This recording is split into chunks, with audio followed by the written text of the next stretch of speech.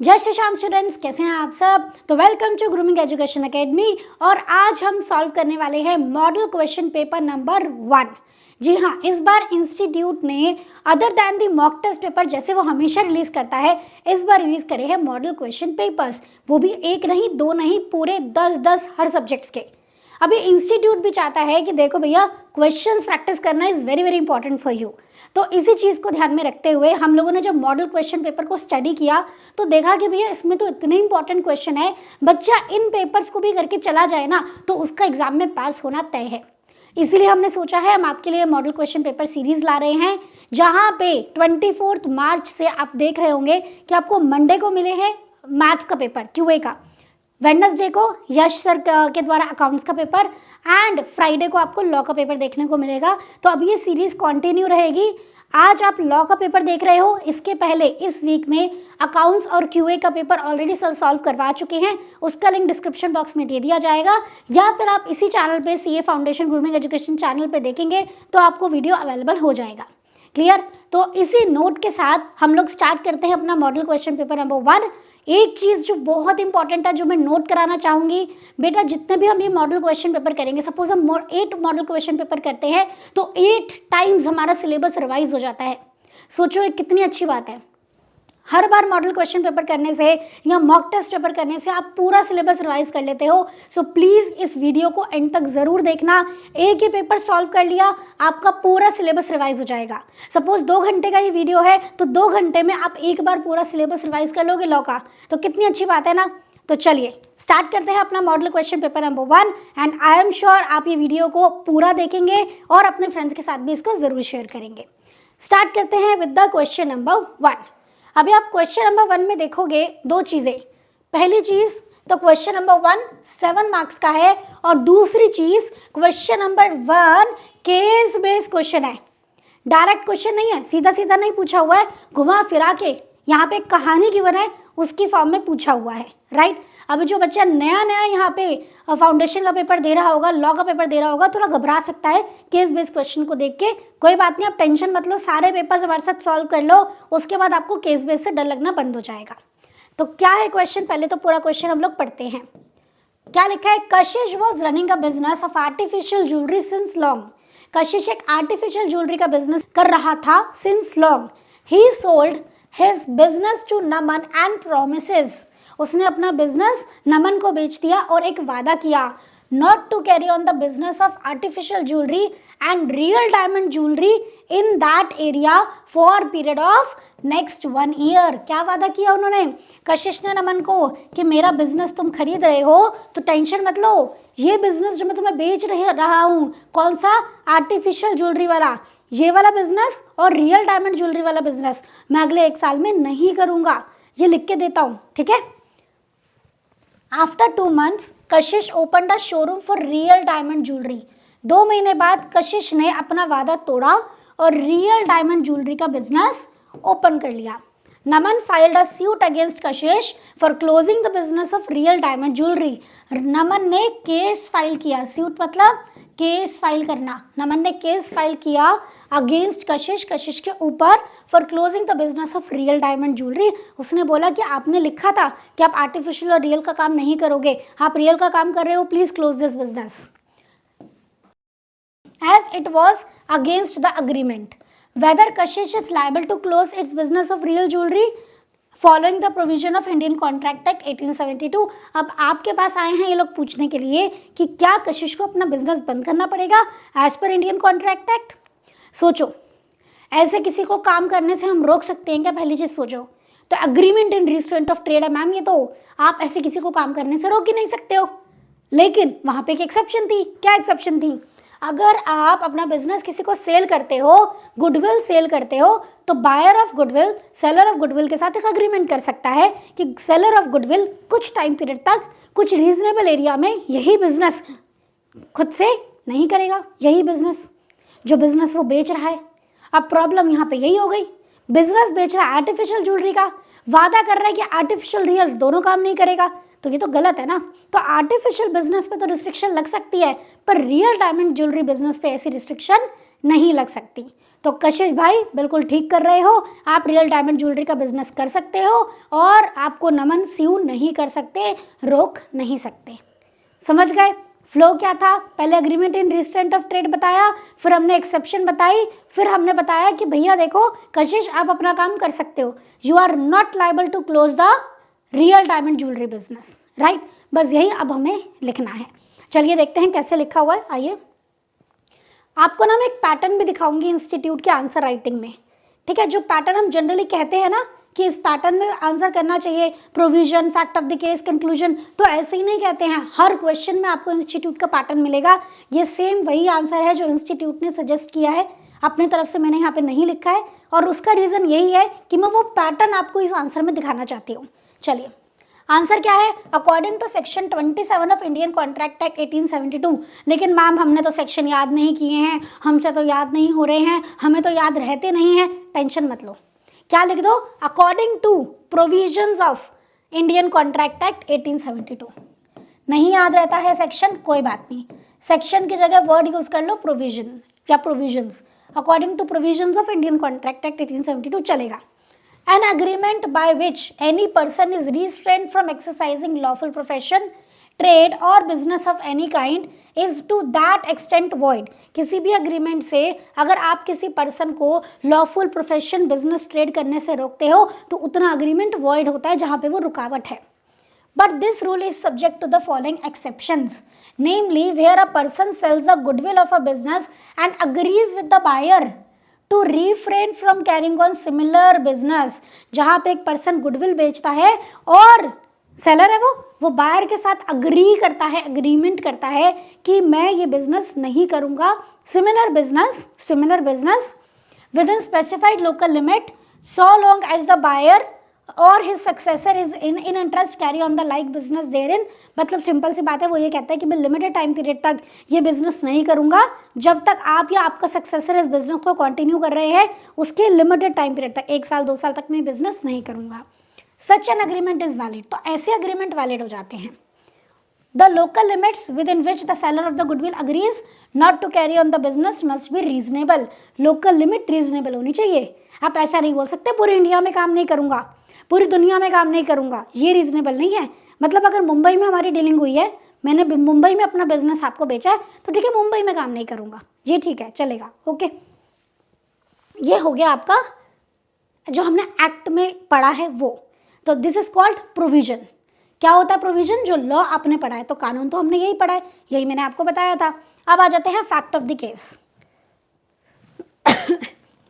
Fact of the case में देखो क्या लिखा है। फैक्ट ऑफ द केस में कुछ नहीं लिखना है, बस जो कहानी है वही लिखनी है। In the instant case Kashish sold his running business of artificial jewellery to Naman and promises not to carry on the business and for a period of next year, but just after 2 months कशिश ने showroom open कर लिया, नमन ने स्यू कर दिया, बोला कि agreement के against जा रहे हो। यही तो कहानी थी, ये यहाँ पे एज इट इज लिखी है। तो फैक्ट ऑफ द केस में ज़्यादा दिमाग ही नहीं लगाना, क्वेश्चन में से ही लिख दो, ठीक है। टाइम है तो क्वेश्चन एज इट इज लिख लो, टाइम कम है तो क्वेश्चन को शॉर्ट करके लिख दो, 2 लाइन में चलेगा। नेक्स्ट आ जाते हैं as exception to section 27 is applicable to similar business only. क्योंकि एक्सेप्शन सिर्फ सिमिलर बिजनेस पे एप्लीकेबल है। Agreement between Naman and Kashish will not be applicable on business of real diamond jewellery. क्योंकि बिजनेस कौन सा बेचा था? आर्टिफिशियल वाला। तो आर्टिफिशियल वाले पे ही काम करने पे रोक लग सकती है, रियल डायमंड ज्वेलरी वाले बिजनेस पे रोक नहीं लग सकती है। Hence Kashish can continue his business of real diamond jewellery. यही हमने पढ़ा है, करेक्ट, फाइन। चलिए नेक्स्ट आ जाते हैं हम क्वेश्चन नंबर 1 के बी पार्ट पे। आपका हर क्वेश्चन यहाँ पे 3 पार्ट्स में डिवाइडेड होता है, 7, 7, 6, और एक क्वेश्चन ऐसा होता है जो 7, 6, 7 में डिवाइड होता है। तो आप 7 मार्क्स का डायरेक्ट पूरा एक क्वेश्चन भी आ सकता है, 4, 3 में डिवाइड भी हो सकता है, ठीक है। इस तरीके से डिवीजन हो सकता है। नेक्स्ट आ जाते हैं the paid up share capital of Darshan photograph private limited is 1 crore. Companies act का क्वेश्चन है आपका कि कंपनी की paid up share capital 1 crore है in the form of 50,000 equity shares of 100 each and 50,000 preference shares of 100 each। 50,000 equity share, 50,000 preference share, 100 रुपए वाले, तो 50 लाख की इक्विटी शेयर कैपिटल है, 50 लाख की प्रेफरेंस शेयर कैपिटल है, total 1 crore total share capital हो गई, टोटल कैपिटल हो गई। Shadow evening private limited 25,000 equity share hold करती है दर्शन प्राइवेट लिमिटेड में। ओके, सो हम यहाँ पे लिख लेते हैं, एक दर्शन प्राइवेट लिमिटेड है जिसके इक्विटी शेयर्स हैं 50,000 इक्विटी शेयर्स ऑफ 100 ईच, और इसमें से 25,000 इक्विटी शेयर किसने होल्ड करे हुए हैं? शैडो इवनिंग प्राइवेट लिमिटेड ने। ओके, अब आपको बताना है स्टेट, मतलब बताओ with reason whether Darshan photograph private limited is subsidiary of shadow evening private limited. क्या Darshan photograph private limited shadow evening की सब्सिडरी हो जाएगी क्या? या आपसे ये पूछ रहे हैं क्या शैडो इवनिंग दर्शन फोटोग्राफ की होल्डिंग हो जाएगी क्या? अभी होल्डिंग और सब्सिडरी का मतलब क्या होता है आपको ये पता होना चाहिए। वेरी इंपॉर्टेंट कॉन्सेप्ट, क्वेश्चन बन ही जाता है।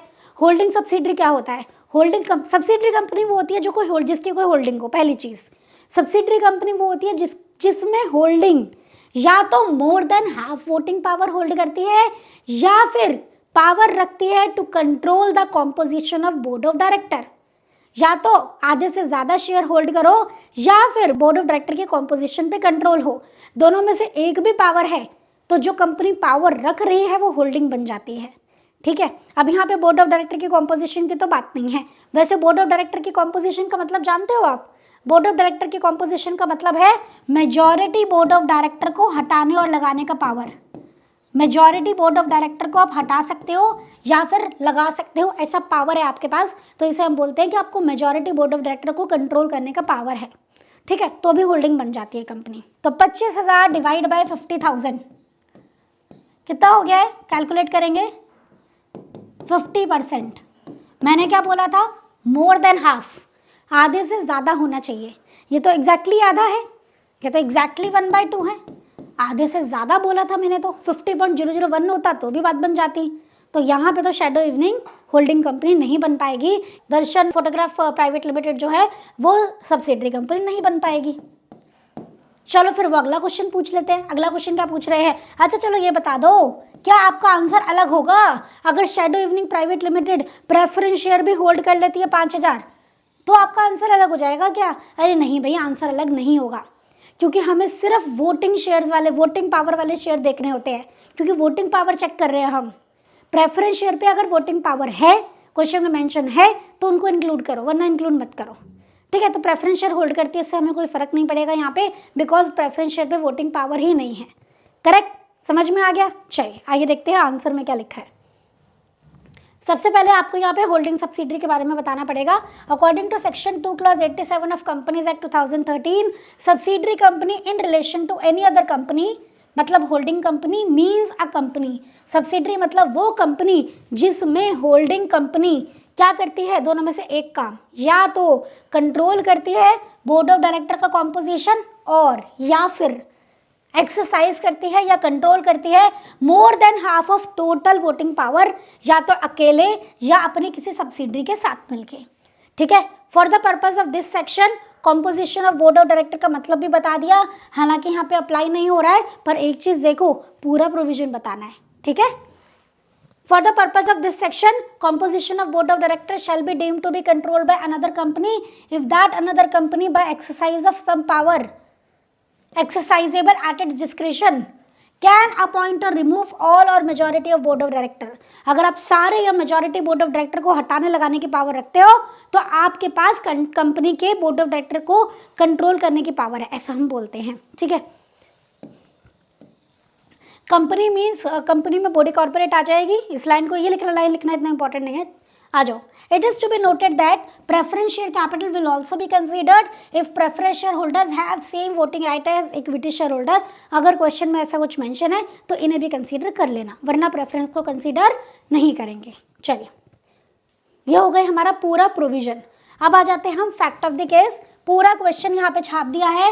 दर्शन प्राइवेट लिमिटेड जिसकी पेड अप शेयर कैपिटल इतना है, 50,000 equity share, 50,000 preference share. Shadow evening private limited 25,000 share hold करती है। शॉर्ट में आपको क्वेश्चन के फैक्ट बता दिए।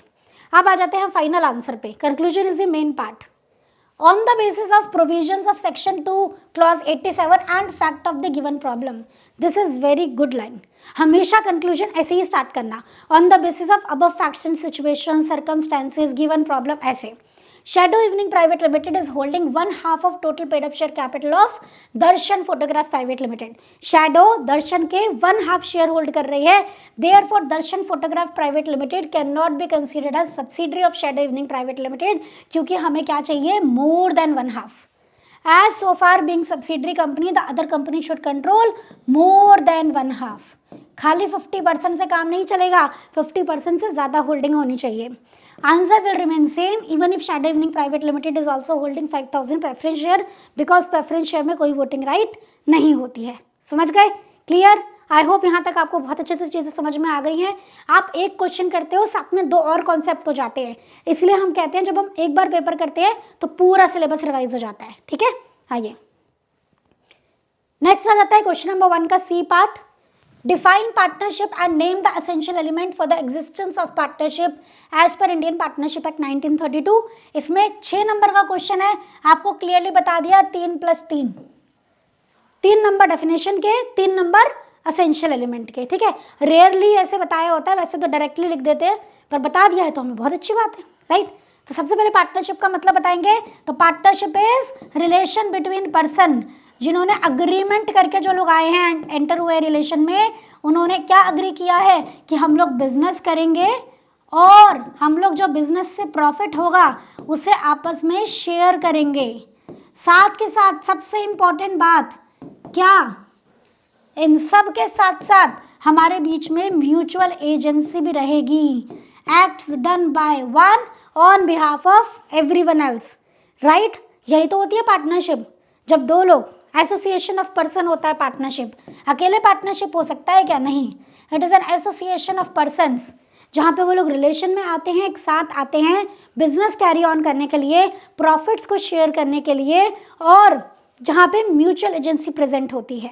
समझ गए? अच्छा एक बात बताओ, मैं और आप पार्टनरशिप में आते हैं कुछ समाज सेवा के लिए काम करने के लिए, तो क्या ये पार्टनरशिप है? नहीं. बिजनेस होना मैंडेटरी है. बिजनेस मतलब you must be profit minded. बस यही सारी बातें लिखनी है, डेफिनेशन से ही सारे एसेंशियल एलिमेंट निकल के आ जाते हैं. ठीक है, आ जाओ. देखो जी क्या लिखा है. आंसर है डेफिनेशन ऑफ पार्टनरशिप. हेडिंग दे देते हो, बहुत अच्छी बात है. टाइम है, हेडिंग दे दो, नहीं है कोई बात नहीं. Partnership is the relation between persons who have agreed to share the profit of the business carried on by all or any of them acting for all. ये सब मैं आपको बता चुकी हूँ. अब इन्होंने यहाँ पे सेक्शन बाद में गिवन है, आप ऊपर भी लिख सकते हो according to section 4 of Indian partnership act 1932. आप ऐसा भी लिख सकते हो, कोई दिक्कत वाली बात नहीं है. The definition of partnership contains the following 5 elements which must coexist. Coexist का मतलब है सारे होने चाहिए. ठीक है, before a partnership can come into existence. सबसे पहला है एसोसिएशन ऑफ पर्सन होने चाहिए. अकेले तो भैया देखो कोई पर्सन पार्टनरशिप नहीं बना सकता है. दूसरा अग्रीमेंट होना चाहिए, बिजनेस होना चाहिए, प्रॉफिट शेयरिंग का भी बात होनी चाहिए, और बिजनेस एक करेगा सबके बिहाफ पे, एक काम कर रहा है सब लायबल हो रहे हैं, ऐसा बिहेवियर होना चाहिए, राइट. ये हो गए हमारे 3 नंबर. अब इनको एक्सप्लेन किया गया है एलिमेंट्स ऑफ पार्टनरशिप बोल के. The definition of partnership contain the following 5 element, जो को एग्जिस्ट करते हो. 2 बार लिखी है, आप एक ही बार लिख दोगे तो भी चल जाएगा. सीधा इनको एक्सप्लेन करना स्टार्ट कर देना. फर्स्ट है आपका association of 2 or more persons. Partnership is association of 2 or more person. Only person recognized by law can enter into agreement. सिर्फ रिकॉग्नाइज्ड बाय लॉ ही जो लोग हैं वो अग्रीमेंट में एंटर हो सकते हैं पार्टनरशिप बनाने के लिए, क्योंकि एक पार्टनरशिप फर्म पर्सन नहीं होती है in the eyes of law, उसकी कोई अलग पहचान नहीं होती है, इसलिए वो पार्टनर नहीं बन सकती. और माइनर पार्टनर नहीं हो सकता है क्योंकि वो कॉम्पिटेंट टू कॉन्ट्रैक्ट नहीं होता है. But again with the consent of the partners, partners की मर्जी है, वो चाहे तो माइनर को पार्टनर बना सकते हैं, but only for the benefits of the partnership. ये सब बातें आप एसोसिएशन में लिख दोगे. मिनिमम 2 लोग चाहिए, मैक्सिमम 50 लोग चाहिए, ये भी आप लिख सकते हो. ठीक है, आ जाओ. नेक्स्ट है आपका agreement. It must be observed, में लिखा है it may be observed that partnership must be the result of agreement between 2 or more persons. Partnership में अग्रीमेंट मैंडेटरी है.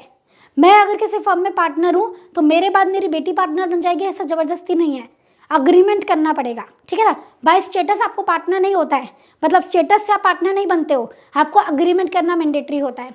There must be agreement entered into by all the persons concerned. This element relate to voluntary contractual nature of partnership. मतलब partnership का nature voluntary है and contractual है, मतलब मर्जी से आते हो, कॉन्ट्रैक्ट करके आते हो। An agreement from which relationship of partner arises may be express, agreement लिख के भी हो सकता है। It may also be implied from the act done by partners and from consistent code of conduct being followed. Partnership में अगर आपने properly written document बनाया है तो वो एक्सप्रेस अग्रीमेंट हो गया, पर आपने कुछ नहीं बनाया है लेकिन आप एक पैटर्न फॉलो कर रहे हो, हर बार प्रॉफिट आ रहा है इक्वली बट रहा है, हर बार प्रॉफिट आ रहा है इक्वली बट रहा है, तो कंसिस्टेंट पैटर्न फॉलो कर रहे हो तो इसे हम बोल देंगे इम्प्लाइड अग्रीमेंट, ठीक है। या फिर आपके कंडक्ट से पता लग रहा है, म्यूचुअल अंडरस्टैंडिंग पता लग रही है बिटवीन द पार्टनर्स, तो वो इम्प्लाइड अग्रीमेंट होता है। और एक्सप्रेस अग्रीमेंट ओरल भी हो सकता है, राइटिंग में भी हो सकता है, बट राइटिंग वाला ज़्यादा वैलिड होता है, उसे हम पार्टनरशिप डीड कहते हैं, ठीक है। नेक्स्ट है बिजनेस होना चाहिए। Firstly there must exist a business, obviously partnership start करने से पहले there must be a business in your mind. For the purpose the term business includes every trade, occupation and profession. Business मतलब कोई भी काम आप कर सकते हो, लॉफुल काम। एग्जिस्टेंस ऑफ बिजनेस एसेंशियल है। और दूसरी चीज, बिजनेस का मोटिव प्रॉफिट लेना होना चाहिए, which leads to formation of partnership. मतलब पार्टनरशिप नहीं हो सकती है जहां पे कोई भी इंटेंशन नहीं है बिजनेस कैरी करने का। It means there is no partnership when there is no intention to carry on the business and to share the profit, ठीक है। आपका प्रॉफिट माइंड से बिजनेस करने का इंटेंशन होना चाहिए। दान धर्म के लिए पार्टनरशिप बनाइए, that is not a valid partnership, okay. चलिए नेक्स्ट है हमारा agreement to share profit. Profit sharing is mandatory. अगर एक पर्सन सारा प्रॉफिट ले रहा है तो वो पार्टनरशिप नहीं है, पर लॉस में हो सकता है कि एक पर्सन सारा लॉस बियर करे, तभी डेफिनेशन में सिर्फ प्रॉफिट शेयरिंग लिखा है। लॉस शेयर करना मैंडेटरी नहीं है, प्रॉफिट शेयर करना मैंडेटरी है, समझ गए। चलिए नेक्स्ट है आपका agreement to share profit. The sharing of profit is an essential feature of partnership. There can be no partnership where only one of the partner is entitled to whole of the profit. Partners must agree to share profit in any manner they choose. कैसे भी आप share कर सकते हो, but an agreement to share losses is not essential. मैं बता ही चुकी हूँ आपको, it is open to one or more partners to agree share all the losses. एक या दो पार्टनर कह सकते हैं कि हम सारा लॉस शेयर कर लेंगे। किसी को एक्सक्लूड करना चाहो लॉस शेयरिंग से एक्सक्लूड कर सकते हो।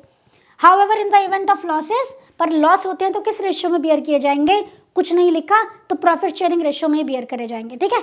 Unless agreed otherwise these must be borne in the profit sharing ratio, okay. चलिए जी नेक्स्ट है आपका business carried on by all or any of them acting for all. इसे क्या बोलते हैं हम, म्यूचुअल एजेंसी। एक पर्सन काम करेगा, सब लायबल हो जाएंगे, सब एक दूसरे के एजेंट है, सारे पार्टनर्स, ठीक है। आ जाओ। The business must be carried on by all partners or by any one or more of the partners acting for all. This is the cardinal principle of the partnership. सब कुछ है, ये नहीं है कोई पार्टनरशिप नहीं है, बाकी सब कुछ है, अग्रीमेंट है, बिजनेस है, एसोसिएशन है, सब है, प्रॉफिट शेयरिंग है, ये नहीं है तो पार्टनरशिप नहीं है, ठीक है। This is the cardinal principle of partnership law. In other words there should be a binding contract of mutual agency between the partners. An act of one partner in the course of business of the firm is in fact act of all the partner. एक के द्वारा किया गया काम ऐसे माना जाएगा सबने किया है। Each partner carrying on the business is the principal as well as agent for all the other partner. हर पार्टनर जो बिजनेस कर रहा है वो एजेंट भी है और प्रिंसिपल भी है for other the partners. He is agent as so far as he can bind the other partners. Agent है क्योंकि वो खुद काम करके बाकियों को बाइंड कर सकता है, और प्रिंसिपल है क्योंकि वो दूसरों के काम से बाइंड होता है, ठीक है। It may be noted that the true test of partnership is mutual agency rather than sharing of profit. Very important. If the element of mutual agency is absent, there will be no partnership. ये मैं आपको बता चुकी हूँ, समझ गए। सारे elements को हमने एक्सप्लेन कर दिया डिटेल में, और ये हो गए हमारे 6 मार्क्स पक्के, राइट, क्लियर। चलिए ये है हमारा क्वेश्चन नंबर 1। अब हम बात करेंगे about question number 2। Question number 2 का ए पार्ट, कपिल ने कॉन्ट्रैक्ट किया है with the Rahul. Sale of goods act का क्वेश्चन है आपका। कपिल ने कॉन्ट्रैक्ट किया है with the Rahul to purchase 1000 litres of mustard oil at the price which should be fixed by Akhilesh. यहीं पे आपको क्लिक कर जाना चाहिए, valuation by third party. Contract में प्राइस कौन डिसाइड करता है, पार्टीज भी डिसाइड कर सकती हैं और थर्ड पार्टी से भी डिसाइड करवा सकते हैं, ठीक है। तो यहाँ पे वैल्यूएशन बाय थर्ड पार्टी का रूल लग जाएगा, लिख देती हूँ मैं आपके लिए। Rahul already delivered 600 litre out of 1000 litres to Kapil. तो राहुल ने ऑलरेडी 600 लीटर भेज दिए। 600 लीटर भेजने के बाद मजे का काम क्या हुआ, but when remaining 400 litres were ready to deliver, Akhilesh denied fixing the price of mustard oil. Akhilesh ने बोला मैं प्राइस डिसाइड नहीं कर रहा, जाओ। Rahul asked Kapil to return the oil. Rahul ने बोला कि मैंने तुझे जो 600 लीटर भेजा है वापस दे, क्योंकि प्राइस डिसाइड नहीं हुआ। कपिल कह रहा अच्छा जो 400 लीटर पड़ा है ना वो दे मुझे, ठीक है। ये लड़ाई हो रही थी दोनों के बीच में। Rahul asked Kapil to return the oil already delivered and avoid the delivery of 400 litre. वो कह रहा था 600 वापस दे और 400 भूल जा। Kapil sued Rahul for non delivery of remaining 400 litres mustard oil. Kapil ने राहुल पे केस कर दिया 400 लीटर ना देने का। अब आप ये बताओ, ठीक है, एडवाइस करो सीए साहब क्या करना चाहिए as per cell of goods act. भैया देखो, जब वैल्यूएशन बाय थर्ड पार्टी होता है ना, तो अगर थर्ड पार्टी प्राइस डिसाइड नहीं कर पाती है तो contract may be avoided, contract cancel कर सकता हो जाता है इनफैक्ट, ठीक है, कॉन्ट्रैक्ट वॉइड हो जाता है। जो सामान ऑलरेडी चला गया उसके लिए क्या है, कपिल तुम रीजनेबल प्राइस पे कर दो, और जो सामान नहीं गया उसका कॉन्ट्रैक्ट कैंसिल। कपिल तुम 400 लीटर नहीं मांग सकते, सिंपल एज दैट। बस इतना सा प्रोविजन है, समझ गए। जो सामान चला गया है उसके लिए रीजनेबल प्राइस पे कर देंगे, और जो सामान अभी नहीं गया है उसके लिए कॉन्ट्रैक्ट कैंसिल कर देंगे। आइए देखते हैं आंसर। सबसे पहले हमें प्रोविजन ही लिखना पड़ता है by virtue of section 9। Madam अब ये बाय वर्च्यू क्यों लिखा है, सेल ऑफ गुड्स एक्ट में या क्वेश्चन नंबर 2 में बाय वर्च्यू लिखना पड़ेगा क्या आंसर में? अरे ऐसा नहीं है बेटा, मर्जी आपकी, आप अकॉर्डिंग टू सेक्शन 9 लिख लो, टेंशन मत लो, ठीक है। According to section 9 of sale of goods act 1930, the price in the contract of sale may be fixed by contract. Price आप कॉन्ट्रैक्ट में तय कर सकते हो, or agree to be fixed by manner provided by the contract, ठीक है, by the valuer, हम valuer से करवाएंगे, ठीक है। ऐसा भी लिख सकते हो, तरीका लिख सकते हो कि हम कैसे करेंगे, और determined by course of dealing between the parties, या फिर पार्टीज कहेंगे जैसे जैसा काम होगा वैसे वैसे हम काम का प्राइस डिसाइड कर लेंगे, ठीक है। Further section 10 provides for determination of price by third party in the following manner. और सेक्शन 10 आपको थर्ड पार्टी के प्राइस डिटर्मिनेशन के बारे में कुछ बताता है। क्या बताता है देखो, where there is agreement to sell goods on the terms that price has to be fixed by third party and he either does not or cannot make such valuation, agreement will be void। जहाँ पे ऐसा हुआ है decide कि third party price तय करेगी और वो थर्ड पार्टी या तो प्राइस तय करती नहीं है या कर नहीं पाती, अग्रीमेंट कैंसिल हो जाएगा, वॉइड हो जाएगा। In case the third party is prevented, पर अगर थर्ड पार्टी को रोका जा रहा है, बायर और सेलर में से कोई मिलकर थर्ड पार्टी को रोक रहा है फिक्सिंग द प्राइस से, तो पार्टी एट फॉल्ट, जिसकी गलती है उसे डैमेजेस देने पड़ेंगे टू द अदर पार्टी। हमारे पॉइंट में ये रूल अप्लाई नहीं हो रहा है, पर फिर भी पूरा प्रोविजन लिखना होता है, ठीक है, ये चीज समझ जाओ। नेक्स्ट है आपका, however a buyer who has received and appropriated the goods must pay a reasonable price for them in any eventuality. पर हाँ, बायर जिसको सामान मिल गया है थोड़ा बहुत, तो आपको रीजनेबल प्राइस पे करना पड़ेगा, इवन, ठीक है, इवन इवेंचुअली मतलब फाइनली आपको प्राइस तो पे करना पड़ेगा reasonable. In the instant case, अभी आपका फैक्ट ऑफ द केस चालू हो गया। Kapil contracted Rahul to purchase 1000 litres of mustard oil at the price fixed by Akhilesh. After Rahul delivered 600 litres, Akhilesh ने मना कर दिया प्राइस डिसाइड करने से। राहुल ने ऑलरेडी डिलीवर्ड ऑयल को वापस मांगा और 400 के डिलीवरी कैंसिल करने को बोला। कपिल ने बोला नहीं मैं नहीं दे रहा, 400 लीटर बचे हुए वापस दे, ठीक है। कंक्लूजन बोल देंगे, on the basis of above provisions and fact Kapil is liable to pay reasonable price for 600 litre while for remaining 400 litre contract may be avoided. समझ गए? अब आप एक पैटर्न देख रहे हो, ठीक है, क्या देख रहे हो pattern, provision, fact of the case, conclusion, इस फॉर्मेट में आंसर आपको करना होता है, ठीक है। हेडिंग लग दोगे तो बहुत अच्छा लगेगा बेटा, बहुत अच्छी प्रेजेंटेशन हो जाएगी। पर देखो इंस्टीट्यूट हेडिंग नहीं लिख रहा है लेकिन पैटर्न सेम है। हम आपको हेडिंग लिखने के लिए कहते हैं ताकि और अच्छे से आइडेंटिफाई हो जाए, इंस्टीट्यूट को लगे बड़ा कॉन्फिडेंट बच्चा है, एकदम क्लियरली हेडिंग लिख के भी बता रहा है कि ये प्रोविजन है, कंक्लूजन है, राइट। तो हेडिंग लिखोगे तो बहुत अच्छा रहेगा और प्रेजेंटेशन खिल के आएगी। नेक्स्ट इज क्वेश्चन नंबर 2 का B part. Explain the term doctrine of ultravirus under the Companies Act 2013 and what are the consequences। दो बातें पूछी हैं आपसे, डॉक्ट्रीन बताओ एंड कॉन्सिक्वेंसेज बताओ, और यहाँ पे कोई बाइफर्केशन नहीं है। तो हम मान के चल सकते हैं कि 3+3 या 3+4 या 4+3 का ही पैटर्न रहेगा, ठीक है। तो उसके अकॉर्डिंग हमें आंसर लिखना है। डॉक्ट्रिन ऑफ अल्ट्रा वायरस बताएंगे, what do you mean by ultra vires? Beyond the powers, company के पावर के बाहर जो भी काम करे जाते हैं उन्हें अल्ट्रा वायरस एक्ट कहा जाता है। क्यों आया ये कॉन्सेप्ट? ये करने के लिए कि भैया जिस चीज़ के लिए कंपनी बनी है उसी के लिए पैसा खर्च करो, जो पर्पस एमओयू में लिखा है उसी के लिए पैसा खर्च करो। बाहर किसी और काम के लिए पैसा खर्च किया तो ये एक्ट वैलिड नहीं माना जाएगा, ना कंपनी को कोई राइट मिलेगा ना बाहर वाले को कोई राइट मिलेगा। वेरी गुड, ठीक है। जो बच्चे पढ़ चुके हैं सिलेबस मेरे साथ साथ बोल बोल के अपने घर में रिवाइज करो, सबको पता लगे कि आप पढ़ाई कर रहे हो, ठीक है। चलिए, अगर कंपनी अल्ट्रा वायरस एक्ट कर लेती है कंपनी लायबल नहीं होगी, ना ही वो बाहर वाले को स्यू कर सकती है। भाई एक डॉक्यूमेंट जो आपका एमओए होता है वो एक पब्लिक डॉक्यूमेंट होता है, आप हम पढ़ सकते हैं उसको। तो भाई जब भी आप कंपनी के साथ कॉन्ट्रैक्ट करने जाओ वो डॉक्यूमेंट पढ़ के जाओ, ठीक है। अगर आप कंपनी के साथ कोई अल्ट्रा वायरस काम करते हो और आपको कंपनी पे कोई राइट नहीं मिलता है, कहीं किसी कोर्ट में आप नहीं जा पाओगे, आप ही की गलती मानी जाएगी। लॉ प्रिज्यूम करता है कि हमने आपको एमओए लिख के दिया है, दे के रखा है, आप वो पढ़ के आए हो, नहीं पढ़ के आए हो तो आपकी गलती है। बस यही सब कुछ लिखना है, ठीक है। अल्ट्रा वायरस एक्ट्स को कभी भी आप रेटिफाई नहीं कर सकते हो। कोई एक्ट अल्ट्रा वायरस हो गया एमओए में चेंज करके आगे के लिए उसको ठीक कर सकते हो, पर जो काम हो गया उसको ठीक नहीं किया जा सकता, ठीक है। एक चीज़ और होती है, एक्ट अगर डायरेक्टर की पावर के बाहर जा रहा है, एओए के बाहर जा रहा है तो उसे तो हम ठीक कर सकते हैं, पर एमओए के ही बाहर चला गया उसे हम ठीक नहीं कर सकते। बस यही सारी बातें आपको यहाँ पे लिखनी है। आ जाओ,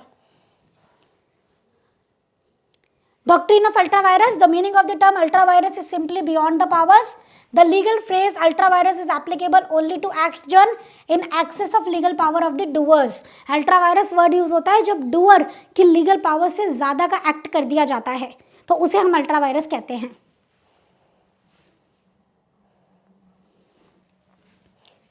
This presupposes that powers are limited in nature. मतलब कहीं ना कहीं ये सोच क्या है, पावर हमेशा लिमिटेड होती है। To an ordinary citizen, the law permits whatever the law does not expressly forbid. Normal सी लाइन है कि एक ऑर्डिनरी सिटीजन आपके और मेरे लिए क्या मना है, क्या मैं कर सकती हूँ, कहीं लिखा है? क्या क्या एक्ट में कर सकती हूँ, कहीं नहीं लिखा। क्या मना है वो लिखा है, हाँ। तो जो चीज़ मना है उसको छोड़ के बाकी हम सब कर सकते हैं, ठीक है। It is fundamental rule of company law that object of the company as stated in memorandum can be departed only to the extent permitted by the act. जो एमओए में लिखा है उसे एक्ट के दायरे में रहते रहते आप थोड़ा सा बाहर जा सकते हो, उससे रिलेटेड काम कर सकते हो, पर बहुत बाहर नहीं जा सकते हो। And does no far further, ठीक है। चलिए, इन द कॉन्सिक्वेंसेज, मीनिंग हो गया, कॉन्सिक्वेंस आ जाते हैं। एनी एक्ट डन और contact made by the company which travel beyond the power, directors के ही नहीं but also of the company, is Holi void and inoperative. ये वर्ड्स बहुत इंपॉर्टेंट है, वॉइड एंड इनऑपरेटिव, ठीक है, in law and is therefore not binding on the company. On this account, a company can be restrained from employing its fund for purpose other than those mentioned in the memorandum. यही मैंने आपको बताया है, इसके द्वारा company को memorandum के अलावा किसी और जगह में पैसा खर्च करने से रोका जा रहा है। Likewise, it can be restrained from carrying on a trade different from one it is authorized to carry on. इसी तरीके से उनको रोका जा रहा है किसी भी और काम को करने के लिए, जिस काम के लिए बने हो वही करो। वही तो हम कह रहे हैं कि और कहीं पैसा नहीं लगा सकते, राइट। चलिए, consequences of ultravirus act of the company. The impact of doctrine of ultravirus is that company can neither be sued or nor it can sue. ना कंपनी पे केस कर सकते हो ना कंपनी किसी और पे केस कर सकती है। अब ये पब्लिक डॉक्यूमेंट वाली बात आ जाती है। Since memorandum is a public document, it is open to public for inspection. Therefore, when one deals with the company, is deemed to know about the power of the company. Public document है, सबके लिए open है, तो जब आप company के साथ dealing कर रहे हो हम सोचेंगे आपको सब पता है। If in spite of this, if इसके बावजूद, if one enters into transaction which is ultra vires the company, in spite of this, इसके बावजूद, माय फेवरेट लाइन, इसके बावजूद भी अगर आप कंपनी के साथ ट्रांजैक्शन करते हो तो आप कंपनी के ऊपर उसको थोप नहीं सकते हो, एनफोर्स नहीं कर सकते हो। An act which is ultra virus the company being void cannot be ratified by the shareholders of the company. Ratified करना मतलब अप्रूव करना, ठीक कर देना, नहीं कर सकते। However, some ultra virus act can be regularized by ratifying them subsequently, पर वो subsequent के लिए। For instance if the act is ultra vires the power of director, कुछ एक्ट ऐसे होते हैं जिनको आप ठीक कर सकते हो, जैसे सिर्फ डायरेक्टर ने अपनी लिमिट को एक्सीड किया है, कंपनी की लिमिट के अंदर है, तो इसको आप ठीक कर सकते हो, ठीक है। For example if the act is ultra vires the power of director the share holder can ratify it, if it is ultra vires the articles company can alter the articles, सब पे कोई दिक्कत नहीं है, but if the act is within the power of the company but it is done regularly, अगर act ultra articles के बाहर जा रहा है, मेमोरेंडम की लिमिट के अंदर है या गलत तरीके से किया गया है, तो ये तो इंटरनल प्रोसीजर है, इसको तो हम चेंज करके ठीक कर सकते हैं। बट अगर एमओए के बाहर जा रहे हो, आप काम अलाउड नहीं है, आप कर रहे हो, एमओए में लिखा है director can not take loan, director loan ले ले, या एमओए में लिखा है director can take loan up to ₹2 crore, director उसके ऊपर का लोन ले ले, अब इसको ठीक नहीं कर सकते, ठीक है। Share holders can validate such act, तो अगर कंपनी के पावर के अंदर ही है पर गलत तरीके से हुआ है, एओए की पावर से बाहर हुआ है, डायरेक्टर की पावर से बाहर हुआ है, उसको ठीक कर सकते हो, ठीक है, समझ गए। चलिए, तो basically ultra vires word use होता है जब एमओए से बाहर जाते हो, उसके लिए। नेक्स्ट इज क्वेश्चन नंबर 2 का 6C पार्ट, 6 मार्क्स का है आपका एलएलपी का क्वेश्चन। LLP is an alternative corporate business vehicle form that gives the benefit of limited liability of company and flexibility of partnership. बहुत ही simple and commonly asked question. LLP एक alternative corporate business vehicle है, एक alternative business चलाने का तरीका है, ठीक है। कॉर्पोरेट फॉर्म में बिजनेस करने का एक तरीका है, व्हीकल मतलब फॉर्म या व्हीकल कह लो, तरीका है, जिससे आपको 2 फायदे मिलते हैं, एक तो कंपनी के लिमिटेड लायबिलिटी मिल जाती है और दूसरा पार्टनरशिप का फ्लेक्सिबिलिटी मिल जाती है। 2 सबसे बड़े बेनिफिट है एलएलपी के। कंपनी फॉर्म में जाते हो तो लिमिटेड लायबिलिटी तो आती है पर फ्लेक्सिबिलिटी चली जाती है, पार्टनरशिप में जाते हो तो फ्लेक्सिबिलिटी तो आती है पर लिमिटेड लायबिलिटी चली जाती है, तो बीच का रास्ता निकाला एलएलपी, लिमिटेड लायबिलिटी भी रहेगी, फ्लेक्सिबिलिटी भी रहेगी, ठीक है। तो लिमिटेड लायबिलिटी होती है पार्टनर्स के, जितना पैसा लगाया उतना ही जाएगा, उससे ज़्यादा नहीं जाएगा, घर से लाने को नहीं बोला जाएगा। फ्लेक्सिबिलिटी रहती है, अग्रीमेंट में खुद डिसाइड करो कौन क्या काम करेगा, कितना कैपिटल लाएगा, कितना रेम्यूनरेशन लेके जाएगा, सब आपको अपने अग्रीमेंट से खुद डिसाइड करना होता है। बस यही 2 बातें आपको लिखनी है। सेम क्वेश्चन में मैं देखती हूँ बच्चे कितने एक्स्ट्रा पॉइंट्स लिख देते हैं, कुछ नहीं लिखना, आपको बताए हैं भैया ये 2 पॉइंट पे आपको एलएलपी की चर्चा करनी है, दैट्स इट। 3-3 नंबर के दोनों पॉइंट है, आ जाओ स्टार्ट करते हैं। LLP is alternative corporate business vehicle form that gives the benefit of limited liability and flexibility of partnership, heading डाल दी, फिर आप ऐसा लिख सकते हो लिमिटेड लायबिलिटी, अंडरलाइन करो और चालू हो जाओ। Every partner of LLP for the purpose of the business of LLP is the agent of LLP. Partner LLP का एजेंट है, पार्टनर एक दूसरे के एजेंट नहीं है। There is no mutual agency in LLP, ठीक है। तो मैं जब भी आपको MTPA कराऊंगी सॉल्व, तो मेरा ये पर्पस नहीं रहेगा सिर्फ इसमें जो क्वेश्चन है वही बताऊं, सिर्फ इसमें जो बातें हैं वही बताऊं। जैसे यहाँ पे मैंने आपको एक्स्ट्रा बात क्या बताई है, जल्दी बताओ। LLP में म्यूचुअल एजेंसी नहीं है, ठीक है। But not of the other partners. The LLP of partner will be limited. The liability of the partner will be limited to their agreed contribution, मतलब capital जितना उन्होंने पैसा लगाया है. While the LLP itself will be liable for full extent of the assets. LLP की तो liability रहेगी ना, जितने assets है उतने के लिए, पर partners के assets पे कोई बात नहीं आएगी। जितना पैसा उसने लगाया है LLP में बस उतना ही जाएगा, उससे ज़्यादा नहीं जाएगा, ठीक है। नेक्स्ट आ जाते हैं flexibility of partnership. The LLP allows its members the flexibility of organizing their internal structure. LLP member को बोलता है, मेंबर नहीं बोलना चाहिए, पार्टनर बोलना चाहिए कि भैया अपने हिसाब से काम करो, ठीक है। अपना इंटरनल स्ट्रक्चर कौन क्या काम करेगा खुद देखो। As a partnership based on mutual arrived agreement, the LLP form enables entrepreneurs, professionals, or enterprise providing services of any kind or engaged in scientific and technical discipline to form commercially efficient vehicle suited to their requirement। इतनी लंबी चौड़ी line में ये बताया है कि LLP enable करता है, LLP ये इजी करता है प्रोफेशनल्स के लिए, एंटरप्रेन्योर्स मतलब बिजनेस ओनर्स के लिए और कंपनीज के लिए, एंटरप्राइजेस के लिए, कि वो सर्विस दे सके किसी भी काइंड की या किसी भी तरीके का कोई भी टेक्निकल और साइंटिफिक काम कर सके। क्योंकि LLP में कहीं नहीं लिखा कि आप LLP फॉर्म में क्या काम कर सकते हो, कोई भी काम कर सकते हो और अपने हिसाब से, अपनी रिक्वायरमेंट्स के हिसाब से सूटेबल तरीके से काम कर सकें। फ्लेक्सिबिलिटी रहती है, ये होता है। Owing to flexibility in its structure and operation, LLP is suitable vehicle for small enterprises. छोटे काम के लिए बहुत सही है LLP. And for investment by venture capital, आपको venture capital के थ्रू इन्वेस्टमेंट लेना है, LLP is the best option. Partnership में वो लोग इतना इजीली इन्वेस्ट नहीं करते हैं, LLP is the best option. समझ गए? तो इस तरीके से LLP के हमने दो फीचर्स बता दिए, लिमिटेड लायबिलिटी और फ्लेक्सिबिलिटी. क्लियर है? समझ में आ गया? चलिए, नाइस. और यहाँ पे हमारा क्वेश्चन नंबर 2 भी कंप्लीट होता है विथ सी पार्ट. 6 मार्क्स का क्वेश्चन था ये. 3 नंबर के 2 पॉइंट यहाँ पे आपको एक्सप्लेन करने थे. आई होप इतना आपको बहुत अच्छे से क्लियरली समझ में आ गया होगा और यहाँ तक आते आते आपको ये पता लग गया होगा कि ये मॉडल क्वेश्चन पेपर आपकी कितनी हेल्प कर सकते हैं. ठीक है. अगेन एक चीज़ छोटी सी और मैं याद दिला देती हूँ आपको कि आपका एवरी मंडे आपको मिलेंगे QA का पेपर और वेडनेसडे मिलेगा आपको अकाउंट्स का पेपर एंड फ्राइडे मिलेगा लॉ का पेपर. सो मेक श्योर आप ये तीनों दिन अवेलेबल रहो. और एक और तरीका, एक छोटा सा काम और कर लोगे ना, क्या, जो बीच बीच के डेज है ना उनमें ना एक बार सिलेबस गो थ्रू कर लो, फिर अगले दिन मॉक टेस्ट पेपर का सोल्यूशन आ जाएगा, तब आप देख लेना, है ना. तो और अच्छे से आपकी रिवीजन हो जाएगी. एक दिन फटाफट से गो थ्रू कर लो जिन जिन पोर्शन में डिफिकल्टी आती है और फिर हमारे साथ मॉडल क्वेश्चन पेपर सॉल्व कर लो. आपकी एफिशिएंसी कई गुना बढ़ जाएगी. Right. Next one is question number 3A. Question number 3A कहता है कि A एंड B पार्टनर्स हैं मैसर्स AB एंड कंपनी में. तो फर्म का नाम क्या है? AB and company. Right. Firm is doing business of trading of plastic bottle. Firm का काम क्या है? प्लास्टिक के बॉटल्स खरीदने बेचने का. A is authorise to sell the stock of plastic bottle. A को काम दिया है कि तुम बेचोगे सामान, प्लास्टिक बॉटल बेचने का काम है. It was decided between them that A should sell the plastic bottle at minimum price which they have decided. भाई इसी प्राइस, ये मिनिमम प्राइस है, इस पर तुम्हें बेचना है, इससे नीचे नहीं बेच सकते.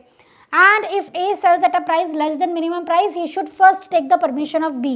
A को बोला कि तुम सामान बेचोगे and this is the minimum price, last price, इसके नीचे तुम नहीं जा सकते. जाना है तो पहले B से पूछो. ठीक है. Due to sudden change in government policy, तो गवर्नमेंट की पॉलिसी में अचानक से चेंज आ गया and price of plastic bottle लगातार गिरते जा रहे थे. To save the loss of firm को लॉस से बचाने के लिए ए ने स्टॉक को कम प्राइस पे भी बेच दिया जो उसको अलाउड नहीं था. Meanwhile A tried to contact B but could not do so as B was on foreign trip. हुआ क्या कि ए ने बी को कोशिश भी की बात करने की, पर बी अवेलेबल नहीं था, वो घूमने गया हुआ था. ठीक है. Afterwards when B came he filed the suit to recover the difference of sale price and minimum price to the firm. फिर बी आया, उसे पता चला कि ए ने ऐसे सामान बेच दिया है, उसने ए पे केस कर दिया टू रिकवर द लॉस. अब आप बताओ क्या भी ऐसा कर सकता है as per the Indian partnership act? तो बेटा as per the Indian partnership act वैसे तो जिस पार्टनर को जो काम दिया जाता है उसे वही करना होता है अगर अग्रीमेंट में लिखा है. पर इन केस ऑफ इमरजेंसी अगर पार्टनर रीजनेबल डिलीजेंस से, सोच समझ से ऐसे एक्ट करता है जैसे एक नॉर्मल पर्सन उस सिचुएशन में एक्ट करता, टू सेव द फर्म को बचाने के लिए, लॉस से बचाने के लिए, इन दैट केस जो भी वो काम करता है उसके लिए फर्म लायबल हो जाती है और उसके वो काम को वैलिड माना जाता है. राइट. यहाँ पे ए ने यही किया, फर्म को लॉस से बचाने के लिए कम प्राइस पे सामान बेच दिया और कोशिश भी की बी से कांटेक्ट करने की, पर हो नहीं पाया. राइट. तो इमरजेंसी वाला पॉइंट आ जाएगा. According to section 13 subsection E of Indian Partnership Act, every partner has right to be indemnified by the firm in respect of payment made and liability incurred by him in the ordinary course and proper conduct of the business of the firm as well as in the performance of act in emergency. अगर एक partner कुछ भी खर्चा करता है normal conduct में या emergency के टाइम पे, तो वो सारा खर्चा फर्म से वसूल कर सकता है. If the payments liability and act are such as prudent man would make, incur or perform in its own case in similar circumstances. Emergency के केस में जैसा एक नॉर्मल इंसान, समझदार इंसान अपनी सिचुएशन में करता, अगर ऐसा ही पार्टनर ने किया है तो इमरजेंसी में उसने जो भी खर्चा किया है he can recover that from the firm. उसके बाद लिखा है in the above case A B and company business कर रही थी. ये पूरी आपको यहाँ पे फैक्ट ऑफ द केस बता दिया. फिर हमने कंक्लूजन बताया on the basis of above provision and fact of the problem given selling by A at a lower price was to save the firm from loss. As the act of A was in favour of the firm he was not liable to bear the loss. क्योंकि A के द्वारा किया गया काम firm के favour में था, तो इसके लिए जो फर्म जो भी लॉस हुआ है वो फर्म बियर करेगी, ए बियर नहीं करेगा. राइट. मतलब लॉस कैसे हुआ, उसने कम प्राइस पे बेचा ना, इस चीज़ का लॉस, तो इसको फर्म बियर करेगी, ए बियर नहीं करेगा, क्योंकि उसने तो इमरजेंसी सिचुएशन में एक समझदारी भरा डिसीजन लिया और एक्ट किया, राइट। ओके चलिए नेक्स्ट क्वेश्चन हमारा क्वेश्चन नंबर 3B का फर्स्ट पार्ट। 3B में 2 पार्ट है। First part is tycoon private limited holding company है ग्लासवेयर प्राइवेट लिमिटेड की। As per the last P&L account glassware private limited का पिछले साल का P&L अकाउंट देखा तो टर्नओवर है 1.8 करोड़ और उसकी पेड अप शेयर कैपिटल है 80 lakh. The board of directors want to avail the status of small company. Board of director चाहते हैं कि स्मॉल कंपनी का स्टेटस ले ले, कुछ रिलैक्सेशंस मिल जाएगी। Company secretary of the company advise the director that glassware private limited can not be categorised as small company. Company secretary ने बोला नहीं, ग्लासवेयर प्राइवेट लिमिटेड को आप स्मॉल कंपनी नहीं बोल सकते हो। तो in the light of above facts and according with the provision of the companies act, आपको बताना है क्या कंपनी सेक्रेटरी ठीक बोल रहा है, और प्रोविजन भी मेंशन करो, रीजन भी मेंशन करो। अब इसमें 2 बातें लग रही हैं। पहली चीज स्मॉल कंपनी के बारे में। स्मॉल कंपनी क्या होती है, जिसके paid up share capital does not exceed 4 crore and turnover does not exceed 40 crore. Check करो, paid up share capital is 80 lakh, not exceeding 4 crore, turnover is 1.80 crore 1.8 crore, not exceeding 40 crore, तो स्मॉल कंपनी हो सकती है।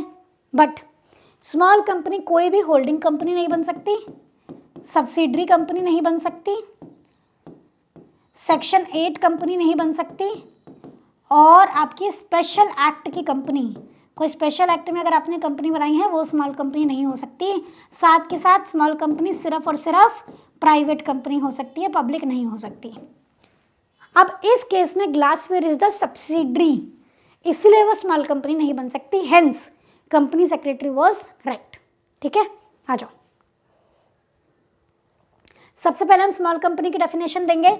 As per section 2 clause 85 small company means company other than public company जिसकी पेड up share कैपिटल 4 करोड़ से ज़्यादा ना हो, टर्नओवर 40 करोड़ से ज़्यादा ना हो, और इसमें लिखी बातें मतलब स्मॉल कंपनी कहाँ कहाँ अप्लाई नहीं होगा, किसी holding company, subsidiary company, section 8 company और गवर्नड बाय स्पेशल एक्ट है जो, उन पे ये स्मॉल कंपनी का रूल अप्लाई होता ही नहीं है। फिर फैक्ट ऑफ द केस कि इस केस में P&L अकाउंट में इतना प्रॉफिट था, पेड अप शेयर कैपिटल इतनी थी, ये सब बता दिया। कंक्लूजन दो glassware private limited as per turnover and paid up share capital qualifies for small company. भले ही ग्लासवेयर स्मॉल कंपनी की लिमिट्स में आ रही है, स्टिल वो स्मॉल कंपनी नहीं बन पाएगी बिकॉज वो सब्सिडरी है, but it cannot be categorized as small company because it is a subsidiary of another company, hence the contention of company secretary is correct। ठीक है, तो जो क्वेश्चन के लास्ट में पूछा है ना, क्या कंपनी सेक्रेटरी ठीक बोल रहा था, आपको आंसर के लास्ट में भी उसका आंसर देना है। ठीक है, अगर आप ये लाइन नहीं लिखते हो 1 नंबर ही गया, समझ गए। तो ये छोटी छोटी बातें हैं जो आपको आंसर लिखते वक्त याद रखनी है। क्लियर, चलो नेक्स्ट है आपका क्वेश्चन नंबर 3 के बी का सेकेंड पार्ट। 3 का बी का हमने फर्स्ट पार्ट कर लिया, दिस इज 3 के बी का सेकेंड पार्ट।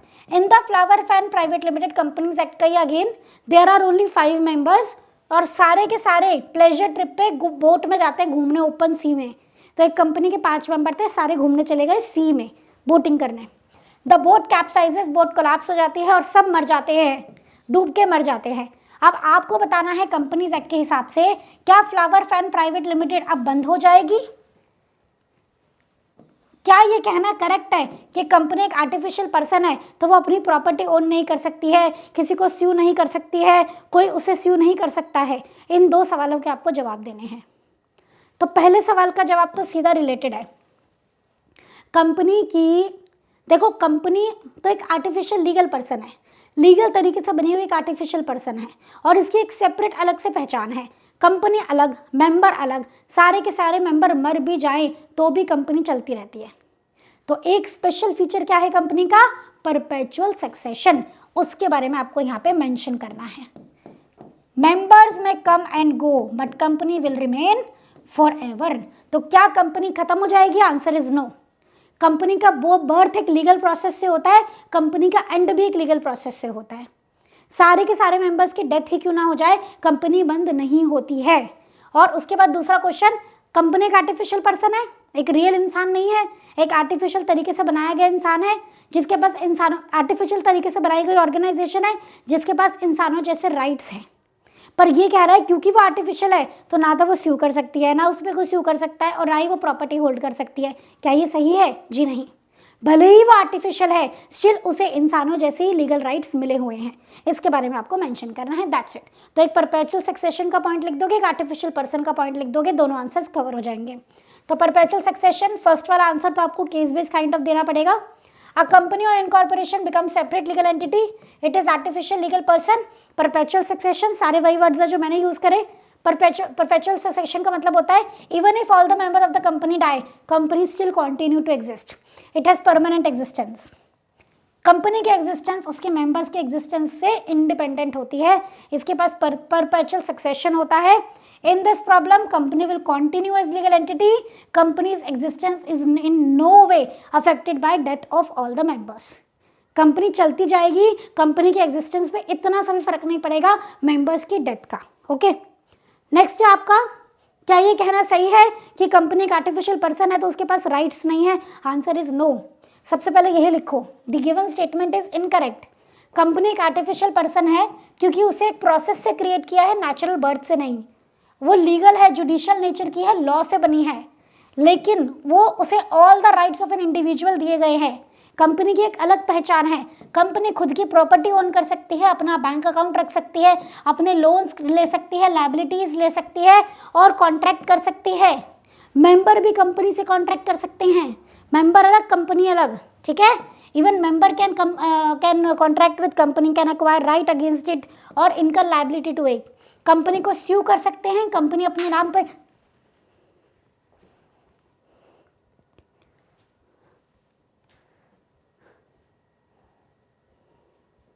कंपनी को स्यू कर सकते हैं, कंपनी अपने नाम पे स्यू भी कर सकती है। इट कैन डू एवरीथिंग, वो सब कुछ कर सकती है जो नेचुरल पर्सन कर सकता है, एक्सेप्ट कुछ चीज़ें। वो जेल नहीं जा सकती है, वो कसम नहीं खा सकती है, ओथ नहीं ले सकती है, शादी नहीं कर सकती है, या फिर कोई प्रोफेशन नहीं कर सकती है। इसके अलावा इंसानों जैसे सभी लीगल राइट्स उसके पास हैं। Hence it is a legal person in its own sense. तो ये कहना बिल्कुल गलत है कि एक आर्टिफिशियल पर्सन है तो ये केस नहीं कर सकती। ठीक है, समझ में आया? Very nice. नेक्स्ट आ जाते हैं हम क्वेश्चन नंबर 3C पे। 3C is from Indian contract act. An anticipatory breach of contract is breach of contract occurring before the time fixed for performance has arrived. तो और आपको मतलब एंटिसिपेटरी ब्रीच को एक्सप्लेन करना है and discuss स्टेटिंग also the effect of anticipatory breach on contract. तो आपको anticipatory breach के बारे में बताना है। एक तो एंटिसिपेटरी ब्रीच इज टाइम से पहले ही कॉन्ट्रैक्ट परफॉर्म करने से मना कर देना। मेरा आपके साथ कॉन्ट्रैक्ट था कि मैं अगली महीने की 15 तारीख को ये काम करके दूंगी और मैं पहले मना कर दूं 15 तारीख आने से पहले, that is anticipatory breach of contract. 15 तारीख आने के बाद आने पर मना करूं, that is actual breach of contract. ठीक है, तो एंटिसिपेटरी ब्रीच और इसका इफेक्ट बताना है। तो पहले मैं इसको शॉर्ट में आपको एक्सप्लेन कर देती हूँ। एंटिसिपेटरी ब्रीच के केस में क्या होता है, अभी जो सामने वाली अग्रीव पार्टी है उसके पास दो रास्ते बचते हैं। या तो वो इमीडिएटली कॉन्ट्रैक्ट को अभी के अभी कैंसिल कर दे और अपने डैमेजेस क्लेम कर ले, या फिर वो वेट करे ड्यू डेट तक। मैंने आपको बोला अगले महीने की 15 तारीख तक मैं काम करूंगी, तो अगर मैं आपको पहले ही मना कर दूं 10 तारीख को ही, तो आपके पास दो रास्ते हैं। तो 10 तारीख को कॉन्ट्रैक्ट कैंसिल करो, मुझसे नुकसान की भरपाई ले लो, या फिर आप 15 तक वेट करो कि क्या पता मैडम का मन बदल जाए। ठीक है, तो अकॉर्डिंगली दोनों केसेस में क्या होगा, डैमेजेस अलग अलग हो जाएंगे। यहाँ पे इस दिन के हिसाब से डैमेजेस लोगे ड्यू डेट के हिसाब से, और अगर तुरंत कैंसिल कर रहे हो तो जिस दिन कैंसिल कर रहे हो उस दिन के हिसाब से डैमेजेस लोगे। पहली चीज़। दूसरी चीज़, कभी कभी क्या होता है, पर्सन सोचता है कि ड्यू डेट तक मैं वेट करता हूँ, पर ड्यू डेट आने से पहले कॉन्ट्रैक्ट वॉइड हो जाता है। सपोज मैंने आपको वादा किया था कि मैं अगले महीने की 15 तारीख को आपको 1000 पॉलीबैग सप्लाई करूंगी, पर अगले महीने की 15 मैंने आपको फिर 10 तारीख को ही मना कर दिया कि मैं नहीं कर पा रही हूँ। अब आपने सोचा कोई नहीं 15 तक वेट करते हैं, क्या पता मैडम का मन बदल जाए।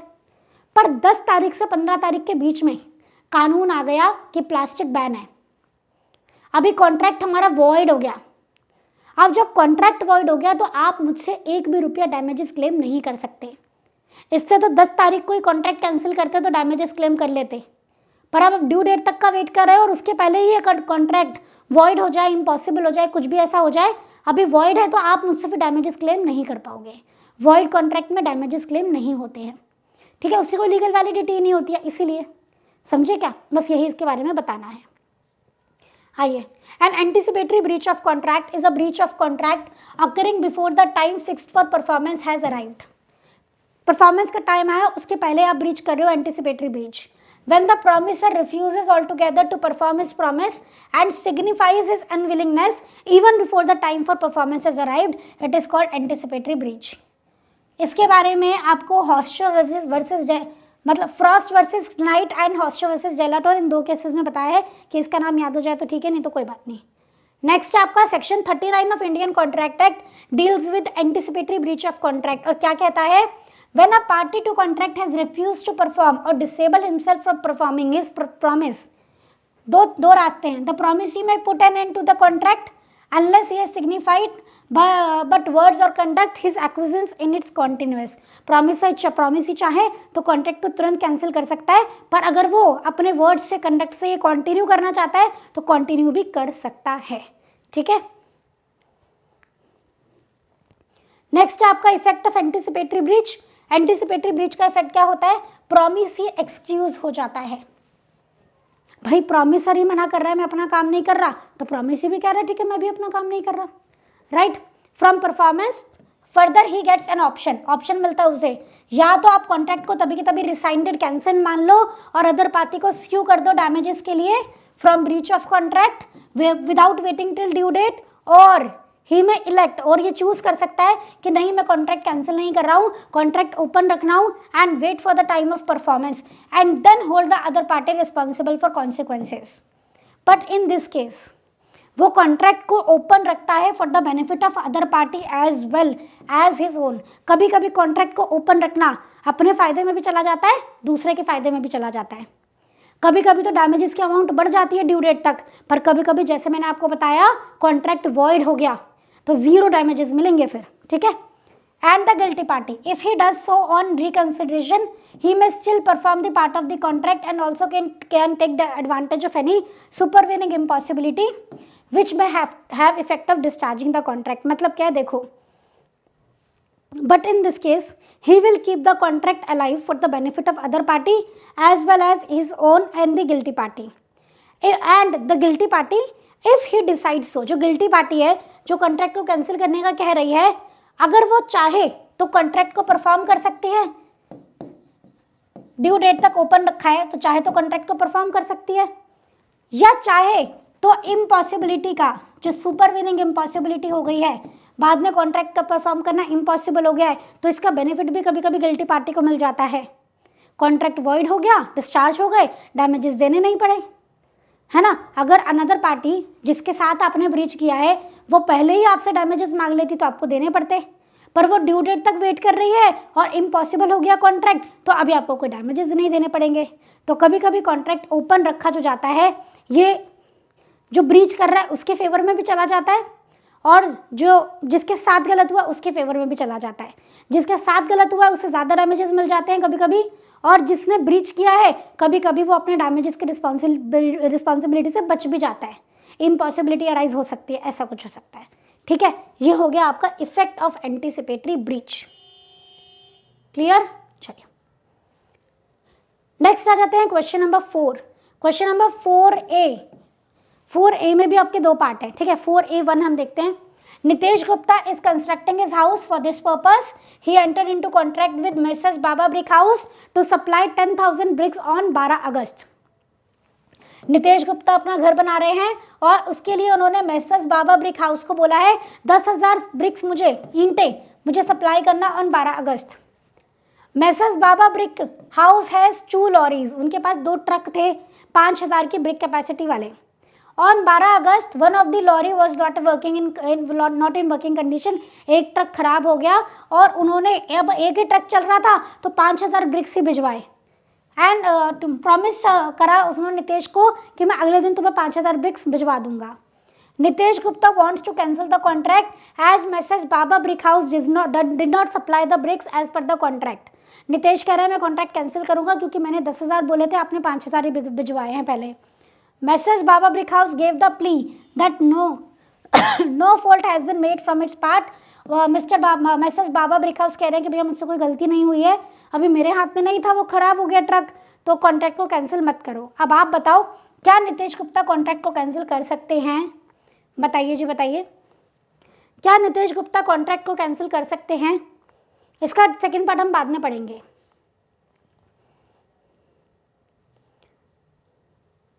आ जाइए, देखो परफॉर्मेंस ऑफ कॉन्ट्रैक्ट मीन्स अपने काम को परफॉर्म करना। जब ड्यू डेट फिक्स हो गई थी कि इस दिन आपको सारा सामान सप्लाई करना है, अगर आप सप्लाई नहीं करते हो या पार्ट डिलीवरी करते हो तो इसे वैलिड परफॉर्मेंस नहीं माना जाता। अब आप परफॉर्मेंस नहीं कर रहे हो तो सामने वाली पार्टी कॉन्ट्रैक्ट कैंसिल कर सकती है, ठीक है, बस यही इसका प्रोविजन है। Performance of contract means fulfilment of obligation to the contract according to section 37। Parties to contract को या तो परफॉर्म करना है या परफॉर्म करने का ऑफर देना है अपने प्रोमिसेस को, जब तक उन प्रॉमिस को माफ ना किया जाए। फर्दर परफॉर्मेंस पूरी ऑब्लिगेशन की होनी चाहिए। पार्ट डिलीवरी को हम वैलिड परफॉर्मेंस नहीं मानते हैं, तो अपने आधा सामान डिलीवर किया है इसको हम वैलिड नहीं मानेंगे। This is the fact of the case, ठीक है। अब यहाँ पे आपका कंक्लूजन है, आफ्टर टेकिंग इनटू अकाउंट, हमने प्रोविजन देख लिया, हमने फैक्ट ऑफ द केस देख लिया, हम ये बोलेंगे कि मैसेज बाबा ब्रिक हाउस जो प्ली कर रहा है, जो बोल रहा है कि भैया प्लीज कॉन्ट्रैक्ट कैंसिल मत करो, उसको हम कंसीडर नहीं करेंगे। परफॉर्मेंस पूरी ऑब्लिगेशन की होनी चाहिए, hence part performance by message Baba brick house valid performance नहीं मानी जाएगी, और नितेश गुप्ता करेक्ट है, वो चाहे तो कॉन्ट्रैक्ट कैंसिल कर सकते हैं, सिंपल, ठीक है।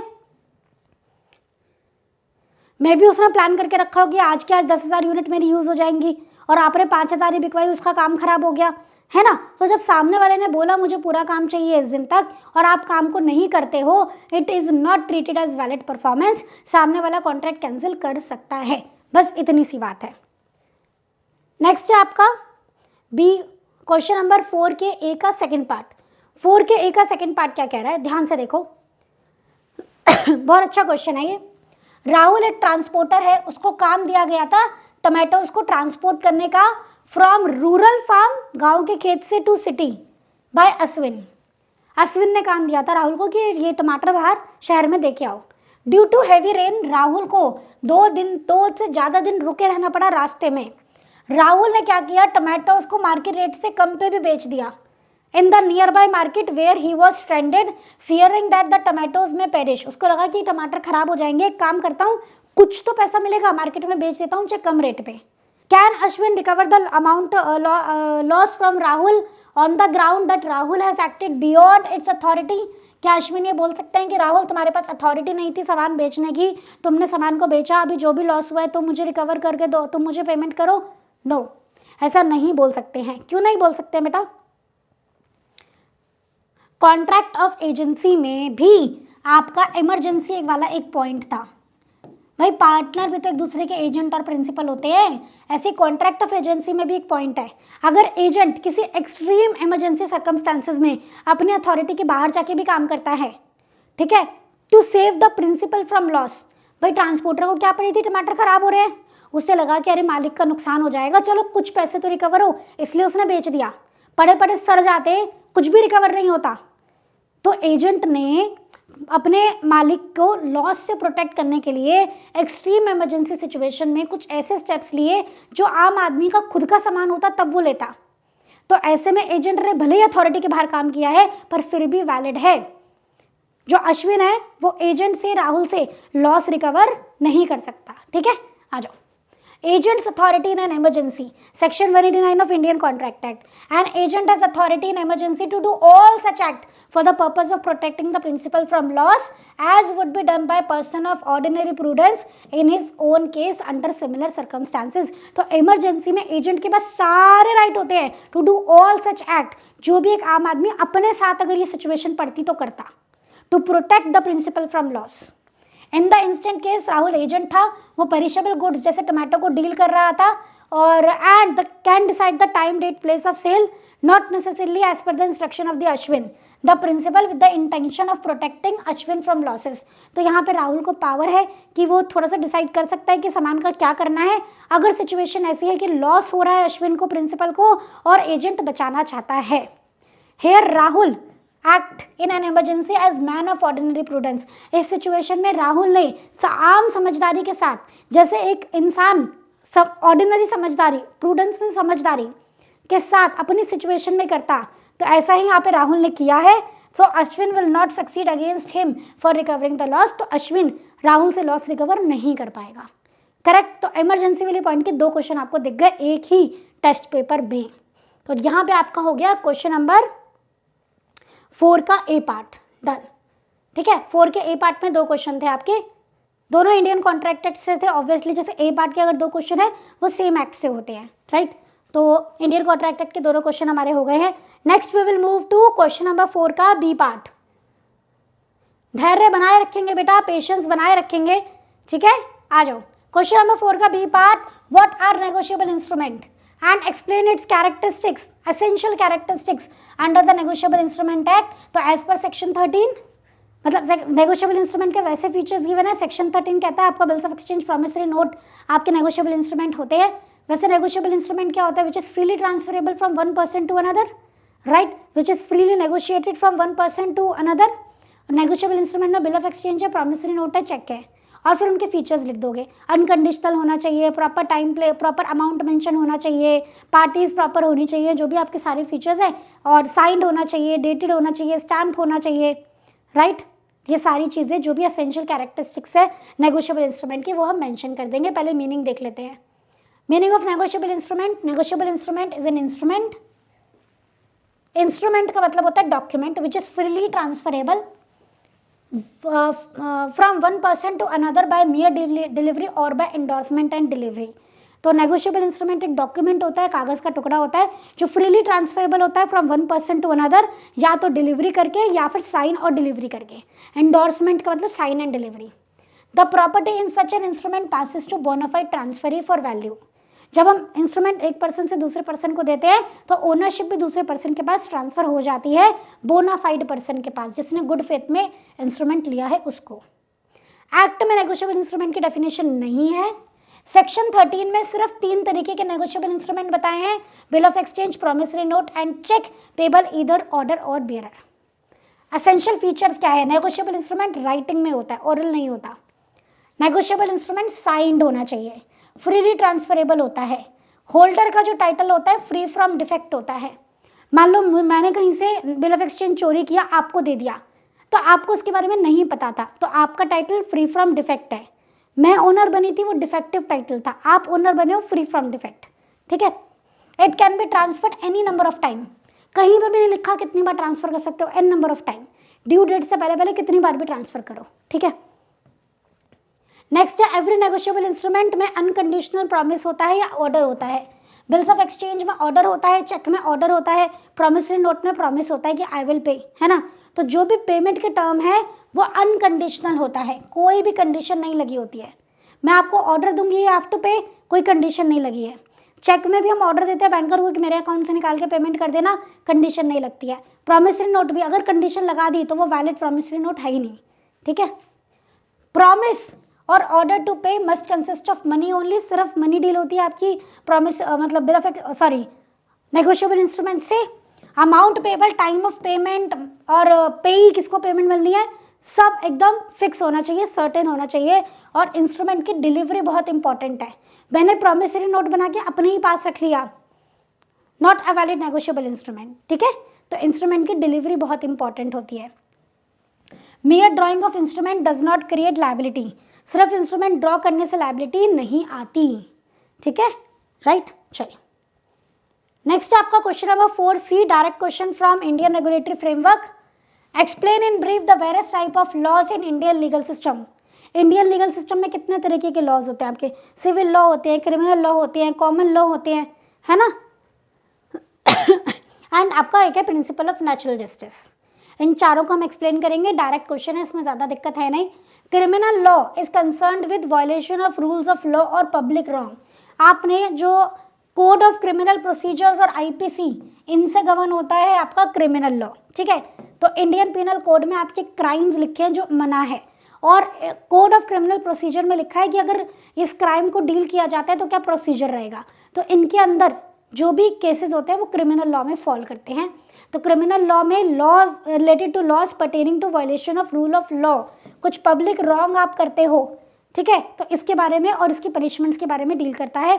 इंडियन पिनल कोड 1860 क्राइम को डिफाइन करता है, नेचर और पनिशमेंट बताता है, और सीआरपीसी आपको एग्जॉस्टिव प्रोसीजर बताता है कि पनिशमेंट कैसे देनी है। Murder, rape, theft, fraud, cheating, assault, ये कुछ एग्जाम्पल है क्रिमिनल ऑफेंस के जो क्रिमिनल लॉ में फॉलो करते हैं। फिर आ जाते हैं आपके सिविल लॉ, जैसे आपके प्रॉपर्टी के झगड़े, कॉन्ट्रैक्ट ब्रीच, ये सब आपके सिविल लॉ है जहाँ क्राइम इन्वॉल्व नहीं है, बस डिस्प्यूट है, ठीक है। क्रिमिनल लॉ में पनिशमेंट पे फोकस होता है, सिविल लॉ में रेजोल्यूशंस और कॉम्पनसेशन देके बातचीत करी जाती है, ठीक है। Matter of disputes between individual और organization are dealt with under this law. Civil courts enforce the violation of certain rights and obligation through institution of civil suit. Civil case के थ्रू दूसरे पे राइट डाले जाते हैं कि आपका ये राइट, आप इतना पैसा वसूल करो, इस तरीके के। Civil law primarily focus on dispute resolution rather than punishment, ये मैं आपको बता चुकी हूँ।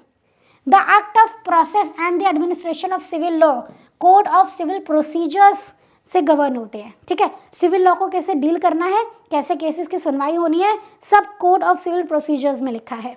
सिविल लॉ को आप फर्दर क्लासीफाई कर सकते हो इनटू डिफरेंट लॉज, जैसे आपका family law, marriage law, property law, ठीक है, ये अलग अलग की कैटेगरी में डिवाइड हो जाते हैं। सब एग्जाम्पल सिविल ऑफेंसेस के, सबसे बड़ा example breach of contract, goods की आपने डिलीवरी नहीं की, ड्यूज पेमेंट नहीं की, ठीक है, डिफेमेशन किया, डिफेमेशन मतलब किसी के बारे में गलत बोलना, छापना, लिखना, ठीक है, और डिस्प्यूट बिटवीन लैंडलॉर्ड टेनेंट, ये कुछ एग्जाम्पल है। ऑब्वियसली क्राइम नहीं है, पर कोई भी अगर बहसबाजी है या फिर कोई भी डिस्प्यूट है तो ये सिविल लॉ में सुना जाएगा, ठीक है। नेक्स्ट आपका कॉमन लॉ। कॉमन लॉ आता है जुडिशियल प्रेसिडेंट या केस लॉ से, जो भी कोर्ट ने डिसाइड कर दिया है पुराने केसेस में वो आपका कॉमन लॉ का पार्ट बन जाता है। फ्यूचर के रेलेवेंट सिमिलर केसेस में उसको यूज किया जा सकता है एज अ रेफरेंस, यही लिखा है बस। Common law, a judicial president or case law is a common law. A judgment delivered by Supreme Court will be binding upon the courts within the territory of India under Article 141 of Indian Constitution. Indian Constitution का Article 141 कहता है कि supreme court ने जो decide कर लिया है वो इंडिया की टेरिटरी में जितने भी कोर्ट है उन सब पे मान्य हो जाएगा। Doctrine of stare decisis is the principle supporting common law. It is a latent phrase. इसका मतलब है to stand by which is decided. भाई जो एक बार डिसाइड हो गया तो उसी को ही पकड़े रखो ना, उसी पे ही कायम रहो, है ना। तो इसका मतलब क्या है, एक बार सुप्रीम कोर्ट ने किसी केस में कुछ डिसाइड कर दिया तो अगला सिमिलर केस आ रहा है तो उसी को चला दो ना डिसीजन को, राइट। जो एक बार डिसाइड हो गया उसी को ही आप कंटिन्यू करो, यही मतलब है। The doctrine of स्टेरे decisis reinforces the obligation of courts to follow the same principle or judgment established by previous decisions while ruling a case where the facts are similar to on all four legs। मतलब जो fact बहुत ज़्यादा same है तो जो decisions पहले लिए गए थे उसी को अब यहाँ पे भी अप्लाई कर दो, ठीक है। तो अर्लियर डिसीजन से अगर बहुत सिमिलर फैक्ट्स है तो जो प्रीवियस डीलिंग में डिसीजन लिया था उसको यहाँ पे अप्लाई कर दो, ठीक है। इसी को बोलते हैं कॉमन लॉ। और नेक्स्ट है आपका principle of natural justice. Natural justice को हम जस्ट नेचुरल भी बोलते हैं, डील्स विद सर्टेन फंडामेंटल, कुछ बेसिक प्रिंसिपल, न्याय के कुछ बेसिक प्रिंसिपल, कहीं राइटिंग में नहीं है, कुछ कॉमन बातें जो न्याय प्रोवाइड करते वक्त ध्यान रखनी चाहिए हमारे जुडिशियल सिस्टम में। एक है आपका नेमो जुडेक्स इन कॉजा सुआ, मतलब क्या होता है, अपने ही केस में किसी को जज ना बनाओ, मतलब केस के सुनवाई में जज का कोई इंटरेस्ट नहीं होना चाहिए, कोई रिलेटेड पार्टी नहीं होना चाहिए, ठीक है। Nemo judex in causa sua literally mean no one should be made a जज in its own case and it is a rule against prejudice, ताकि जज बायस ना हो जाए। भाई मैं जज हूँ और मेरा ही कोई रिश्तेदार चाहे दूर का ही हो, वो एक पार्टी है तो ऑब्वियसली मैं कहीं ना कहीं उसकी साइड लेने की कोशिश करूँगी, इसको अवॉइड करने के लिए है ये। नेक्स्ट आपका ऑडियो ऑल्टरम पार्टम, ये दो जो लेटेंट फ्रेजेस फॉलो करते हैं। ऑडियो ऑल्टरम पार्टम का मतलब होता है अदर पार्टी को फेयर हियरिंग का राइट होना चाहिए, उसकी बात को सुनना है, उसको सुनवाई का मौका देना है। हियर द अदर पार्टी और give the other party a fair hearing. तो ये दो अगर चीज़ें हम फॉलो करेंगे तो हम ऑब्वियस, मतलब ये क्या है, प्रिंसिपल्स ऑफ नेचुरल जस्टिस है। न्याय अच्छा हो इसके दो बेसिक सिद्धांत, दो पहला कौन सा है, ऑडियो ऑल्टरम पार्टम, दूसरा नेमो जुडेक्स इन कॉजा सुआ, ठीक है। चलिए इन दोनों को फॉलो करके आप सही फैसला, सही न्याय कर सकते हो। तो लिटरली मीनिंग क्या है ऑडियो अल्टरम पार्टम का? हियर द अदर पार्टी और give the other party a fair hearing and reason decision. एक चीज़ और है, रीजन डिसीजन। जो भी डिसीजन लो वो किसी बेसिस पे होना चाहिए। 3 बातें फॉलो कर लो और इसको हम बोलते हैं principle of natural justice. Justice के 3 बेसिक सिद्धांत, ऑडियो अल्टरम पार्टम, नेमो जुडिस इन कॉसेस हुआ एंड रीजन डिसीजंस। ओके, चलिए आगे क्या लिखा है? अ जजमेंट कैन ओवरराइड और ऑल्टर अ कॉमन लॉ। एक नॉर्मल बात बोली है कि जो भी जजमेंट निकलता है वो कॉमन लॉ के बाहर तो जा सकता है पर एक्ट के बाहर नहीं जा सकता। तो कानून, जज साहब, कोर्ट जो भी फैसला लेंगे वो पुराने फैसले के अगेंस्ट हो सकता है पर एक्ट से, कानून से बाहर नहीं जा सकता। ठीक है, ये छोटी सी एक बात बता दी आपको लॉ के बारे में। क्लियर है? चलिए next is question number 5A। Question number 5A के 2 पार्ट है, 1 and 2। सबसे पहले हम फर्स्ट पार्ट को पढ़ते हैं। क्वेश्चन नंबर 5A का फर्स्ट पार्ट कहता है A agrees to sell certain goods to B. A ने अग्री किया है कि मैं तुम्हें कुछ गुड्स बेचूंगा on a certain date on 10 days credit, और 10 दिन का तुम्हें उधार दूंगा। The period of 10 days expired, 10 दिन के उधार का पीरियड निकल गया है और गुड्स अभी भी ए के पास है, ए के पोजेशन में है, बी ओनर बन गया है गुड्स का। ठीक है, B has also not paid the price of the goods, B ने प्राइस भी पे नहीं किया है और फिर बी इंसॉल्वेंट हो जाता है, मतलब कंगाल हो जाता है। ए ने बोला कि मैं अब गुड्स तुम्हें डिलीवर नहीं कर रहा हूँ और मैं अपना राइट ऑफ लीन एक्सरसाइज करना चाहता हूँ गुड्स पे। क्या वो ऐसा कर सकता है under the sale of goods act 1930? ये मैंने आपको क्वेश्चन समझाया है। अब हम एक बार और क्वेश्चन को रीड करते हैं word by word. A agrees to sell certain goods to B on a certain date on 10 days credit. The period of 10 days expired and goods were still in the possession of A. B has also not paid the amount, the price of goods. B become insolvent and A refuses to deliver the goods to exercise his right of lien on the goods. Can he do so? सबसे पहले तो right of lien क्या होता है? Goods पे अपना कब्जा रखने का राइट। गुड्स अगर मेरे पास है, मैं उन्हें अपने पास के रखूं, आपको ना दूं, इसको बोलते हैं राइट ऑफ लीन। तो दूसरे की चीज़ पे कब्जा करना is right of lean. Goods किसके थे? बी के थे, क्योंकि ओनरशिप ट्रांसफर हो चुकी थी, पर बी ने पैसे नहीं दिया है तो ए गुड्स को अपने कंट्रोल में रखना चाहता है, राइट ऑफ लीन एक्सरसाइज करना चाहता है।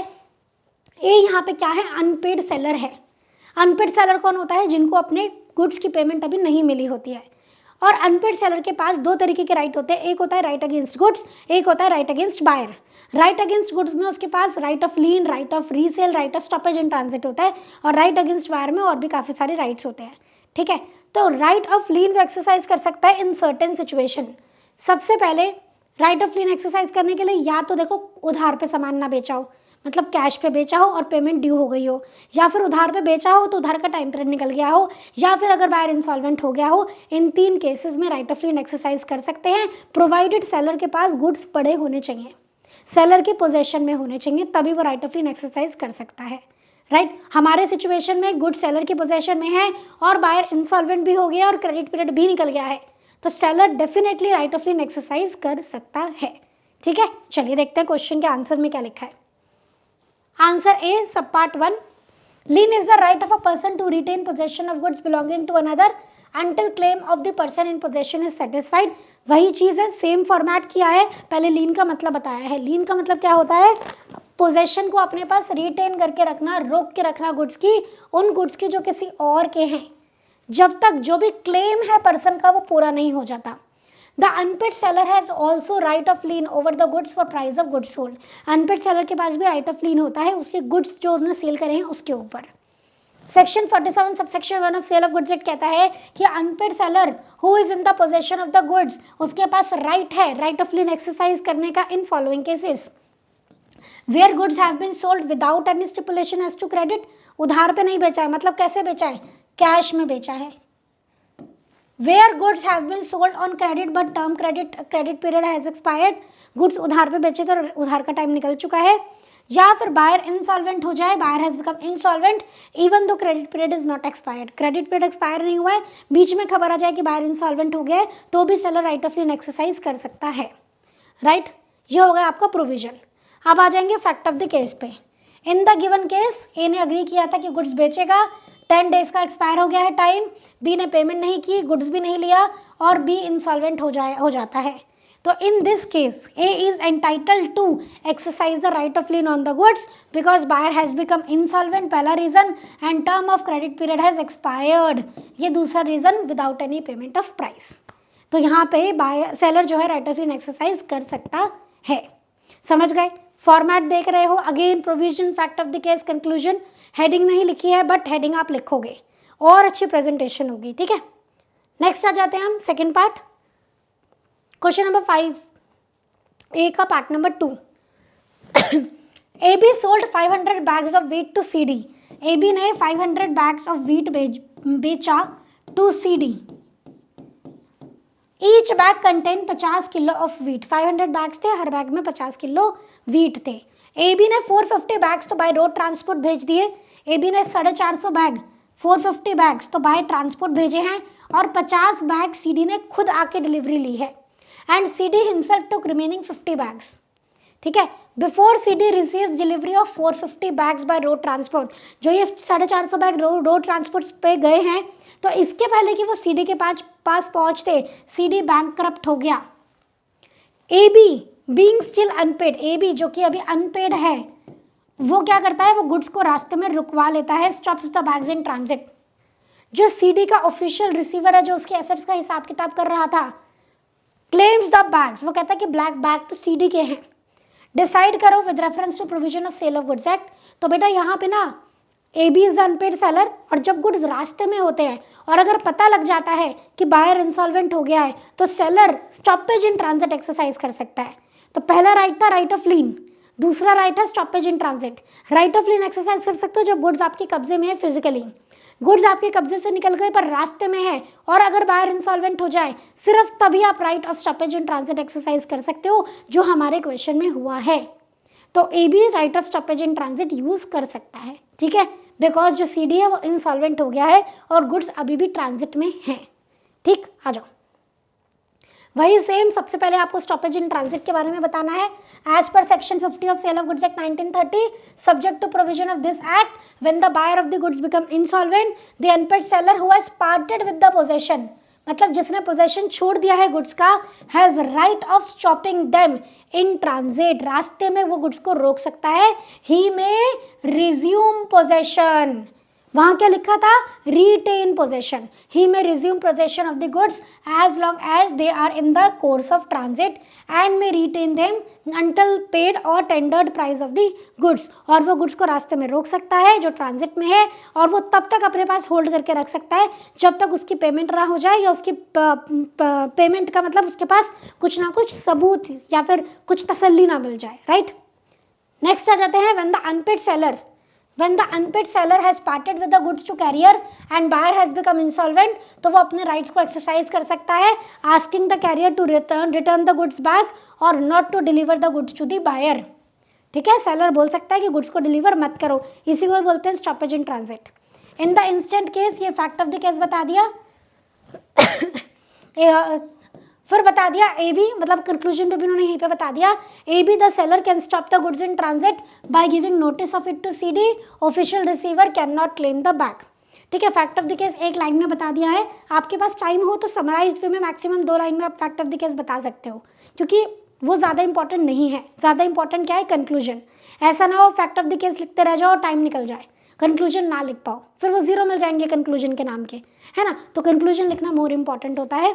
तो यहाँ पे कंक्लूजन क्या है, A B the seller can stop the goods in transit by giving notice of it to C D. ठीक है, द ऑफिशियल, ठीक है, the official receiver on C D's insolvency can not claim the goods back.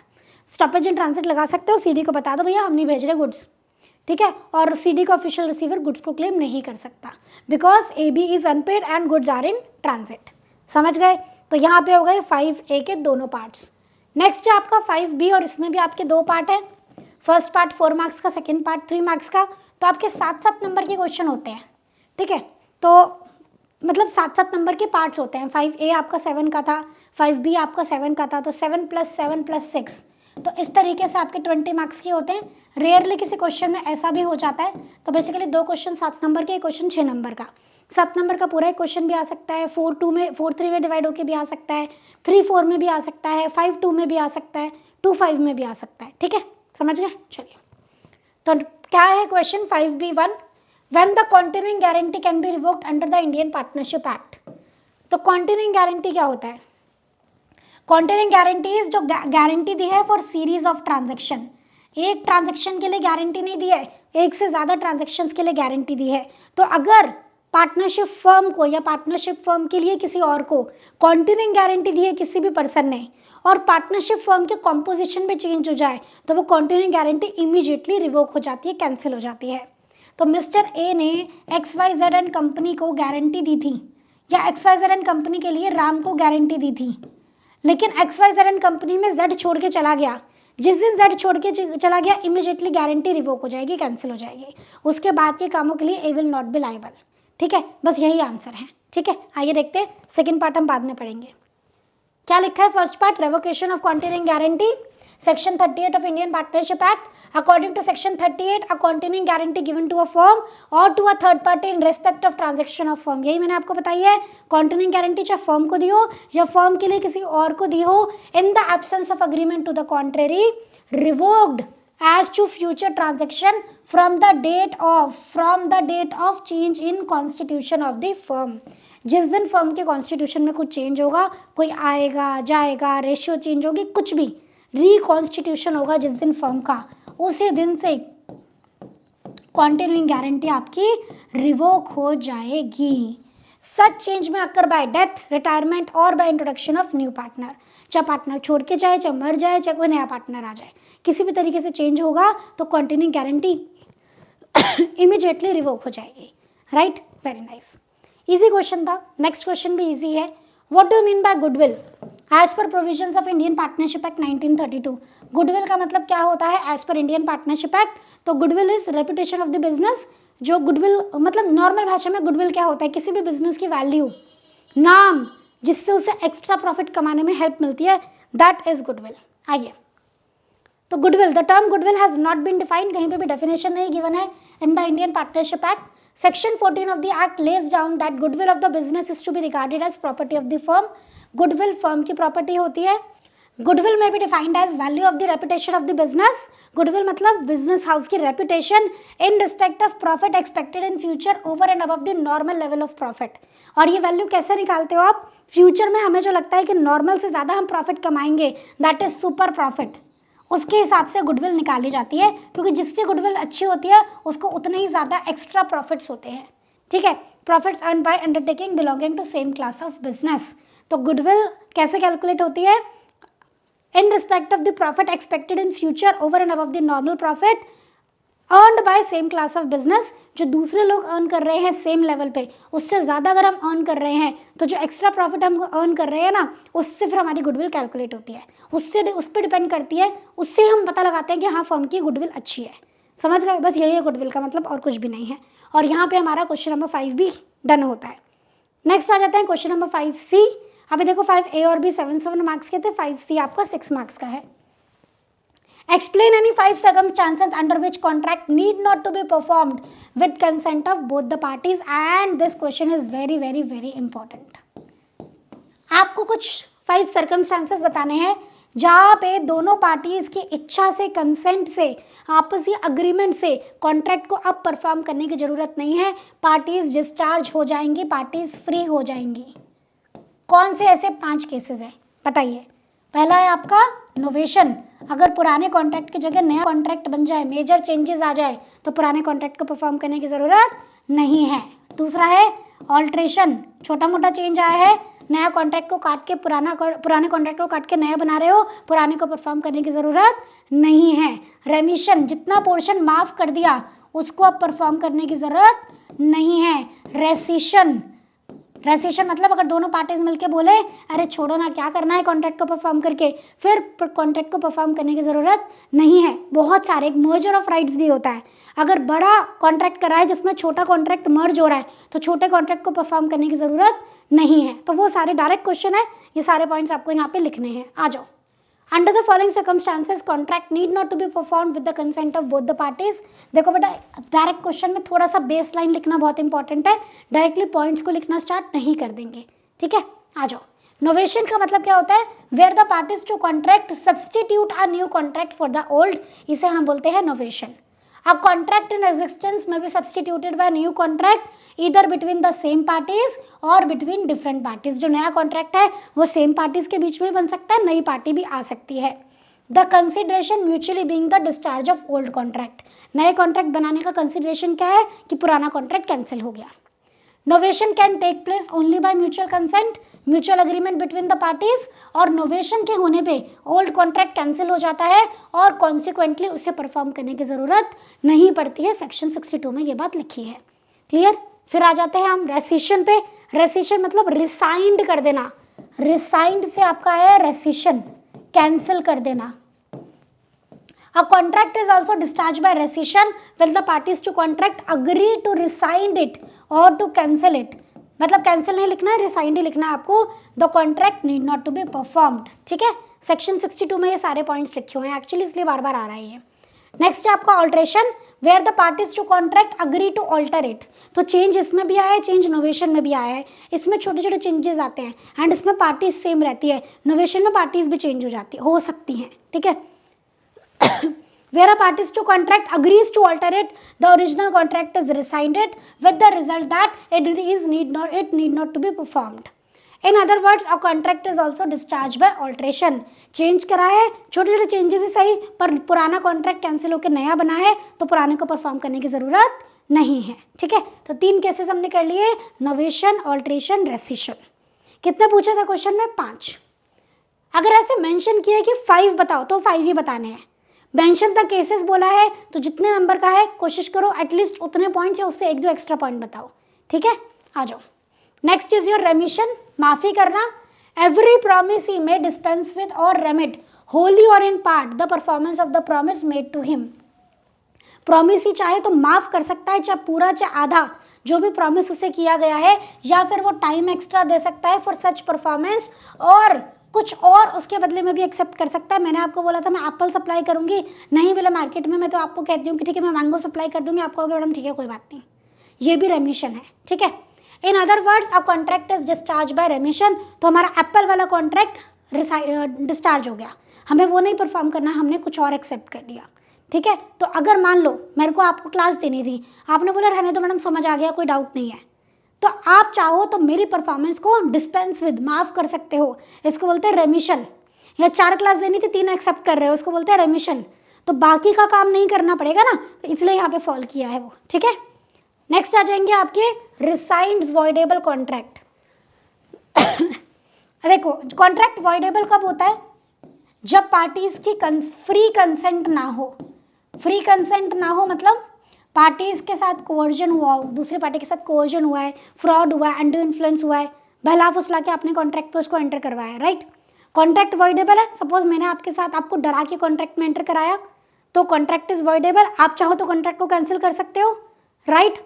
तो जब जिस party के पास option होता है कॉन्ट्रैक्ट को कैंसिल करने का, अगर वो कैंसिल कर दे, अगर आप कॉन्ट्रैक्ट कैंसिल कर दो तो मुझे भी कॉन्ट्रैक्ट परफॉर्म करने की जरूरत नहीं है, हम दोनों फ्री हो गए आपसी अग्रीमेंट से. समझ गए? The other party thereto need not to perform any promise therein contained in which he is the promiser. तो मैंने आपको प्रॉमिस किया है, आपने मुझे कुछ प्रॉमिस किया है, लेकिन आपकी कंसेंट मैंने कोवर्जन से ली है, तो अगर आप कॉन्ट्रैक्ट को कैंसिल कर दोगे तो मुझे भी एज अ प्रॉमिसर कॉन्ट्रैक्ट को परफॉर्म करने की नीड नहीं रहेगी. तो by mutual agreement contract need not to be performed, है ना, इसलिए यहाँ पे आया है. नेक्स्ट है आपका निग्लेक्ट ऑफ प्रॉमिसी.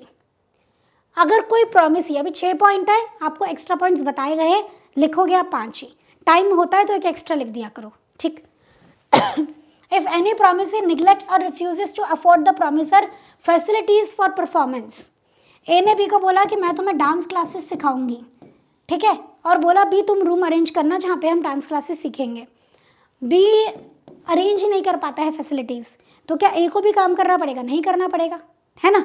तो बस ये लिखा है, if any promisee neglects or refuses to afford promisor reasonable facility for performance, the promisor is excused by such neglect or refusal as to non performance caused thereby. मतलब अब जो non performance हुई है उससे promiser excuse हो जाएगा, वो कहेगा मेरी गलती नहीं है, मैं काम नहीं कर पाया, तुमने ही मुझे फैसिलिटी नहीं दी मेरा काम करने की. राइट. तो इन दैट केस ऑल्सो अब ए काम नहीं कर रहा तो बी को भी काम करने की जरूरत नहीं है, ए क्लास नहीं दे रहा तो बी को भी पेमेंट करने की जरूरत नहीं है, है ना. चलिए तो यहाँ पे आपका यहाँ मर्जर वाला पॉइंट नहीं बताया है, मर्जर वाला पॉइंट भी यहाँ पे आ सकता है कि जो बड़ा राइट है उसमें छोटा राइट ही मर्ज हो जाता है, तो छोटे वाले राइट्स को परफॉर्म करने की ज़रूरत नहीं होती है, छोटे वाले कॉन्ट्रैक्ट को परफॉर्म करने की ज़रूरत नहीं होती है। ठीक है, चलिए, तो यहाँ पे हमारा क्वेश्चन नंबर 5 कंप्लीट होता है। मूव करते हैं अपने लास्ट क्वेश्चन की तरफ, that is question number 6। Question number 6 का ए पार्ट, एक ही क्वेश्चन है पूरा 7 मार्क्स का, ध्यान से पढ़ेंगे। Priyansh purchase some goods from Sumit, he issued a cheque to Sumit for sale price on 14th June 2023। Sumit presented the cheque in bank and bank ने inform किया है on 19th June that cheque was return unpaid due to insufficiency of funds in the account of Priyansh. हुआ क्या कि प्रियांश ने check काट के दिया और बैंक से वो चेक लौट के आ गया कि भैया अकाउंट में तो पैसे ही नहीं है सफिशिएंट कि हम चेक को क्लियर कर पाए। ठीक है, सुमित ने केस कर दिया प्रियांश के ऊपर under section 138 of negotiable instrument act. Dishonour का सेक्शन है ना, सेक्शन 138, वो अट्रैक्ट हो जाएगा। स्टेट विद रीजन, क्या ये जो सूट उसने किया है वो मेंटेनेबल है? तो डिसऑनर के केस में अगर चेक क्लियर नहीं हो पाता है चेस्ट ऑफ पेमेंट की वजह से या फिर इनसफिशिएंसी ऑफ फंड्स की वजह से तो इसे डिसऑनर माना जाता है। पर डिसऑनर के लिए भी कुछ टाइम होता है, डिसऑनर के लिए भी कुछ कंडीशन होती है। चेक आपने टाइम लिमिट में सबमिट किया हो, 3 महीने का टाइम होता है चेक के लिए, 3 महीने में ही सबमिट किया हो, और होल्डर ऑफ द चेक जिसके पास चेक था, जब उसे बैंक से नोटिस आए कि चेक डिसऑनर हो गया है तो विद इन 30 डेज वो चेक बनाने वाले को बताए कि डिसऑनर हो गया है, पेमेंट करो, और 15 दिन की मोहलत दे। 15 दिन के अंदर फिर भी वो पेमेंट नहीं करता, अब लगेगा सेक्शन 138। समझ गए? तो सेक्शन 138 लगाने के लिए कुछ कंडीशंस को फुलफिल करना पड़ता है। ठीक है, तो आप पूरा बता दो कि भैया देखो प्रियांश आपको अब सुमित आपको ये सारे स्टेप्स लेने पड़ेंगे, और फिर भी अगर प्रियांश पेमेंट नहीं करता है तब आप सेक्शन 138 अप्लाई करा सकते हो। प्रियांश को सजा भी हो सकती है, फाइन भी लग सकता है। ठीक है, चलिए आज ये देखते हैं। By virtue of provision of section 138 of Negotiable Instrument Act, where check was issued by a person to discharge a legally enforceable debt, अगर कोई legally enforceable debt को clear करने के लिए चेक इशू किया गया था और वो डिसऑनर हो गया, was dishonored by bank due to insufficiency of funds, funds की कमी की वजह से, such person जिसने वो चेक बनाया है उसके बारे में बात कर रहे हैं, shall deem to have committed an offense, तो उसने क्राइम किया ऐसा माना जाता है, and without prejudice to any other provision be punished with imprisonment, जो कि 2 साल तक जा सकता है, या fine twice the amount of cheque और बोथ। तो ऐसे इंसान को सज़ा हो सकती है 2 साल तक की, और फाइन लग सकता है twice the amount of cheque, दोनों चीज़ भी हो सकती है। पर ऐसा ही नहीं सीधा हम उसको सज़ा और फाइन दे देंगे, कुछ कंडीशंस पूरी करनी पड़ेंगी। पहले क्या, चेक को भैया आपको टाइम लिमिट के अंदर सबमिट करना पड़ेगा। ठीक है, however the cheque has been presented to the bank within 3 months or validity period of the cheque whichever is earlier. दूसरा, the holder makes demand for payment of the amount by giving in notice and writing to the drawer of the cheque within 30 days of receipt of information from bank regarding return of cheque. सीधी सी बात है कि जो check का holder है, मैंने आपको चेक बना के दिया, यू आर द होल्डर, तो चेक का होल्डर चेक बनाने वाले से 30 दिन के अंदर अंदर पेमेंट मांगे, नोटिस दे। 30 दिन कहाँ से? जब उसे खुद को पता लगा है कि चेक डिसऑनर हो गया है। आपने बैंक में चेक जमा किया, बैंक ने आपको बताया कि चेक कैंसिल हो गया है, आप मुझे बताओगे विद इन 30 days, और 15 दिन के बाद भी अगर मैं पेमेंट नहीं करती हूँ तब लगेगा 138, तब ये सज़ा वगैरह सब कुछ हो सकती है। The drawer of the cheque fails to make the payment of said amount of money within 15 days of receipt of notice. ये 3 कंडीशन पूरी होंगी तभी सेक्शन 138 लगेगा। फैक्ट ऑफ द केस बता दिया, इंस्टेंट केस में चेक इशू किया था और जब चेक प्रेजेंट किया सुमित ने, वो अनपेड आ गया फंड्स की कमी की वजह से, सुमित ने स्यू कर दिया एंड सो ऑन। तो अब इसमें आप बता दो भैया देखो, केस करने के लिए सबसे पहले आपको डिमांड करनी पड़ेगी पेमेंट की, ठीक है, और 18 जुलाई तक का टाइम देना पड़ेगा, 30 दिन। In case Priyansh fails to make the payment within 15 days of receipt of notice, Sumit फिर सेक्शन 138 में स्यू कर सकता है। तो बेसिकली वो अभी स्यू नहीं कर सकता है, पहले वो 30 दिन के अंदर अंदर पेमेंट मांगे और फिर भी 15 दिन में पेमेंट अगर नहीं मिलेगी तब वो सेक्शन 138 अप्लाई कर सकता है। समझ गए? बहुत अच्छा क्वेश्चन था and commonly asked question, negotiable में से सबसे ज़्यादा बार पूछा गया है डिसऑनर के बारे में। ठीक है, चलिए नेक्स्ट है हमारा क्वेश्चन नंबर 6 का बी। क्वेश्चन नंबर 6 का बी क्या कह रहा है, सीधा सीधा क्वेश्चन है, state the essential element of contract of bailment. 6 marks का क्वेश्चन है। कॉन्ट्रैक्ट ऑफ बेलमेंट के एसेंशियल फीचर्स बता दो। कॉन्ट्रैक्ट ऑफ बेलमेंट क्या होता है, जहां पे एक पर्सन अपने गुड्स दूसरे पर्सन को देता है, उसको ओनर नहीं बनाता, सिर्फ पोजेशन ट्रांसफर करता है फॉर अ पर्पस, काम पूरा होने के बाद वापस ले लेते हैं। जैसे आप स्कूटी गाड़ी रिपेयर के लिए देते हो, that is contract of bailment. ठीक है, आ जाइए। Essential element of contract of bailment, section 148 of Indian contract act. Bailment का मतलब बताता है, bailment is delivery of goods, possession देना, by one person to another for some purpose. और कॉन्ट्रैक्ट है कि जब पर्पस हो जाएगा पूरा, when the purpose is accomplished, be return or otherwise disposed of, या तो आप वापस कर दोगे या मेरे कहे अनुसार उसको डिस्पोज ऑफ कर दोगे। ठीक है, according to direction of the person delivering them.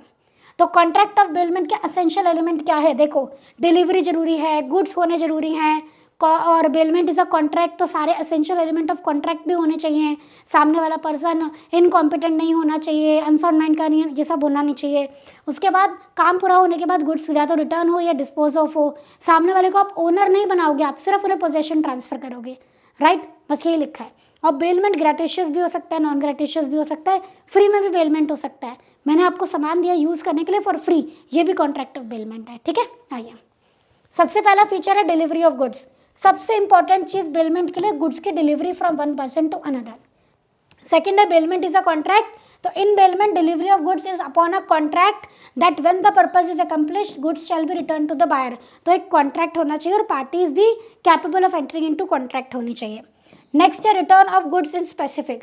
Goods are delivered for some purpose and is agreed at that the specific goods, वही गुड्स वापस किए जाएंगे। बहुत गहरी बात है। बैंक में आप पैसा जमा करते हो फॉर अ पर्पस, क्या, फॉर सेविंग, और फिर पैसा वापस ले लेते हो, पर ये कॉन्ट्रैक्ट ऑफ बेलमेंट नहीं है। क्यों नहीं है, क्या वही पैसे आपको मिलते हैं, वही नोट जो आप देते हो, नहीं ना, दूसरे नोट मिलते हैं ना। तो बेलमेंट में सामान तो वापस आएगा, मेन चीज इज वही सामान वापस आएगा जो दिया था। ठीक है, नेक्स्ट आपका ownership of goods. In bailment it is only the possession of the goods which is transferred and the bailor continues to be the owner of the goods. Bailor कौन, जो गुड्स को दूसरे पर्सन को देता है। ठीक है, ए ने बी को गुड्स दिए हैं ऑन बेलमेंट, ए ने बी को गुड्स दिए हैं on bailment, just give me a second. तो A is the bailor and B is the bailee, bailor bailee. ठीक है, तो बेलर बेली को सिर्फ गुड्स डिलीवर करता है, ओनर वो खुद रहता है। प्रॉपर्टी मस्ट बी मूवेबल, कोई मूवेबल प्रॉपर्टी का ही बेलमेंट हो सकता है, इमूवेबल प्रॉपर्टी का नहीं हो सकता है, क्योंकि उसकी डिलीवरी कैसे करोगे, है ना। तो bailment is only for movable goods and never for immovable goods और मनी। मनी का भी बेलमेंट नहीं होता है। ठीक है, मैंने आपको बता दिया क्यों नहीं होता है, सेम गुड्स रिटर्न नहीं होते, सेम पैसे रिटर्न नहीं होते, इसीलिए। समझ गए, चलिए। तो ये थे आपके essential features of bailment and meaning of bailment. Simple question है, डायरेक्ट क्वेश्चन। ठीक है, आइए। Last but not the least, question number 6C. State the various essential element involved in sale of uncertain goods and its appropriation as per Sale of Goods Act 1930. भाई Sale of Goods Act की कितनी बार ये वाला question आया है, कितनी बार ये वाला क्वेश्चन आया है। ठीक है, तो ये बहुत बहुत बहुत इंपॉर्टेंट है। एसेंशियल एलिमेंट बताने हैं आपको अनअसर्टेन गुड्स के बारे में। बेटा देखो, अनअसर्टेन गुड्स वो होते हैं जो अभी तक एप्रोप्रिएट नहीं करे गए, सेलर के पास ही लॉट में पड़े हैं, आपको पता नहीं है कि इनमें से गुड्स आपके कौन से हैं। कॉन्ट्रैक्ट के बाद आप उनको अलग करते हो और वो बन जाते हैं असर्टेन गुड्स। ठीक है, तो अनअसर्टेन गुड्स की ओनरशिप कैसे ट्रांसफर होती है मैम, जब तक वो असर्टेन नहीं हो जाते हैं तब तक ओनरशिप ट्रांसफर नहीं होती है। तो पहले उन्हें असर्टेन करना पड़ेगा और उन्हें एप्रोप्रिएट करना पड़ेगा, उन्हें अलग करना पड़ेगा कॉन्ट्रैक्ट के लिए, तब उनकी ओनरशिप ट्रांसफर हो सकती है। एप्रोप्रिएट सेलर भी कर सकता है मैडम गुड्स को, और जब सेलर करेगा एप्रोप्रिएट तो बायर से पूछ के करेगा, बायर करेगा एप्रोप्रिएट अपने लिए अलग से तो सेलर से पूछ के करेगा। जो कंसेंट एक दूसरे की लेनी है, बिफोर एप्रोप्रिएशन भी ले सकते हो, आफ्टर एप्रोप्रिएशन भी ले सकते हो। जो कंसेंट है वो इम्प्लाइड भी हो सकती है, एक्सप्रेस भी हो सकती है। ये सारी कंडीशंस पूरी हो जाएंगी तो sale of uncertain goods complete हो जाएगी। तो अनसर्टेन गुड्स को कि सेल कब कंप्लीट मानी जाती है, जब गुड्स असर्टेन हो जाते हैं, एप्रोप्रिएट हो जाते हैं, कॉन्ट्रैक्ट के लिए अलग कर दिए जाते हैं। आइए देखते हैं। Sale of unascertained goods and appropriation. Appropriation means goods को सेलेक्ट करना with the intention of using them in performance of contract. तो गुड्स को सेलेक्ट करना कि हाँ ये इस कॉन्ट्रैक्ट के लिए हम परफॉर्म यूज करेंगे with the mutual consent of seller and buyer, right. Essential elements क्या हैं, ध्यान से देखो। सबसे पहले अनअसर्टेन गुड्स के कॉन्ट्रैक्ट होना चाहिए, सबसे पहले there is a contract for sale of unascertained goods or future goods. Goods according to description और क्वालिटी के हिसाब से होने चाहिए जो कॉन्ट्रैक्ट में लिखा है। गलत गुड्स आप अलग कर दोगे तो ओनरशिप नहीं जाएगी सामने वाले के पास। गुड्स रेडी टू डिलीवर होने चाहिए। गुड्स अनकंडीशनली आपको एप्रोप्रिएट कर देने हैं, अप्रोप्रिएटेड टू द कॉन्ट्रैक्ट, या तो डिलीवरी कर दो टू द बायर या फिर एजेंट को या कैरियर को, मतलब सामान अलग कर दो, या तो बायर को दे दो या रास्ते वाले को दे दो, कैरियर को दे दो या बायर के एजेंट को दे दो, कैसे भी कर दो तभी ओनरशिप ट्रांसफर होगी। The appropriation must be made by the seller with the consent of the buyer. Appropriation seller कर रहा है तो बायर से पूछेगा, और अगर बायर कर रहा है तो सेलर से पूछेगा। असेंट एक्सप्रेस भी हो सकती है, इम्प्लाइड भी हो सकती है, ठीक है। सेलर ने बोला कि ऐसे ऐसे करके बोल दिया, या बायर सामान दिखा रहा है तो वो कह रहा है कोई बात, तो असेंट जो है वो एक्सप्रेस भी हो सकती है, इम्प्लाइड भी हो सकती है। एंड द असेंट में बी गिवन ईदर बिफोर और आफ्टर द एप्रोप्रिएशन। सामान निकालने के बाद अप्रूवल दे रहा है सेलर या बायर, या सामान निकालने से पहले ही बोल रहा है कि तो अपने आप देख ले, जो सामान निकाल देगा वो ठीक है। तो सामान निकालने से पहले या सामान निकालने के बाद कैसे भी असेंट दी जा सकती है। तो गुड्स का पहले कॉन्ट्रैक्ट होना चाहिए अनअसर्टेन गुड्स का। जब गुड्स आप अलग कर रहे हो तो अकॉर्डिंग टू क्वालिटी होने चाहिए। गुड्स को आपको अनकंडीशनली अलग कर देना है, तभी सेल कंप्लीट मानी जाएगी। चाहे आप बायर को डिलीवर कर दो, चाहे कैरियर को दे दो, चाहे एजेंट को दे दो, ठीक है। और गुड्स में अगर असेंट जरूरी है, सेलर गुड्स निकालेगा तो बायर से असेंट लेगा, बायर गुड्स निकालेगा तो सेलर से असेंट लेगा। असेंट पहले भी दी जा सकती है, बाद में भी दी जा सकती है। असेंट इम्प्लाइड भी हो सकती है, एक्सप्रेस भी हो सकती है। बस यही आपके अनअसर्टेन गुड्स के सेल के बारे में एसेंशियल एलिमेंट। ये सारी चीज़ें कंप्लीट होंगी तब अनअसर्टेन गुड्स की ओनरशिप ट्रांसफर हो पाएगी, राइट। ये सब जब आप अनकंडीशनली अप्रोप्रिएट करोगे ना, तब वो गुड्स असर्टेन बन जाएंगे और तब उनकी ओनरशिप आगे ट्रांसफर हो पाएगी। अप्रोप्रिएट करना समझ गए ना, गुड्स को निकाल के अलग रख देना कि भैया इस कॉन्ट्रैक्ट के लिए ये गुड्स यूज होंगे, समझ गए। आइडेंटिफाई कर देना कि हाँ ये वाले गुड्स हैं जो हमें आगे देने हैं। अभी तक तो आइडेंटिफाइड नहीं थे ना, इसीलिए। क्लियर है। तो ये था आपका क्वेश्चन नंबर 6 का सी पार्ट। आई होप आपको बहुत अच्छे से समझ में आया होगा। And believe me this MTP या जो भी हम एमटीपी सीरीज ये कर रहे हैं वो बहुत इंपॉर्टेंट है। मेक श्योर जो भी आपको सब्जेक्ट्स के एमटीपी सॉल्व कराए जा रहे हैं, मॉडल क्वेश्चन पेपर कह लो आप, जो भी सॉल्व कराए जा रहे हैं आप उन्हें अच्छे से सॉल्व करोगे, right. Every Monday Wednesday Friday आपको ये देखने को मिलेंगे हमारे YouTube channel CA foundation grooming education पे। सो मेक श्योर आप इनको अच्छे से अटेंड करें, क्योंकि बहुत मेहनत से हम लोग तो बनाते हैं आपके लिए। आपके लिए फ़ायदा क्या है, जितनी बार आप ये पेपर करोगे, मैंने पहले भी कहा था, उतनी बार फुल सिलेबस रिवाइज हो जाएगा। सोचो अगर एक पेपर में अराउंड 22 से 25 क्वेश्चन हैं, तो अगर मैं आपको 7 to 8 मैं आपको 8 अगर पेपर्स में सॉल्व करा रही हूँ तो 25 into 8 मतलब आपके ऑलमोस्ट 200 क्वेश्चन यहाँ पे सॉल्व हो जाते हैं। 200 क्वेश्चन में तो कितना सारा कंटेंट कवर हो जाएगा ना सिलेबस का, ऑलमोस्ट पूरा सिलेबस ही कवर हो जाएगा, वो भी शायद रिपीटेड मोड में। तो इसलिए मैं कहती हूँ कि ये मॉडल क्वेश्चन पेपर बहुत इंपॉर्टेंट है। आई होप आपको ये सेशन बहुत अच्छा लगा होगा। मेक श्योर आप सेशन को लाइक करें, कमेंट करें, फ्रेंड्स के साथ इसको ज़रूर शेयर करें। थैंक यू सो मच बच्चों, जय श्री श्याम।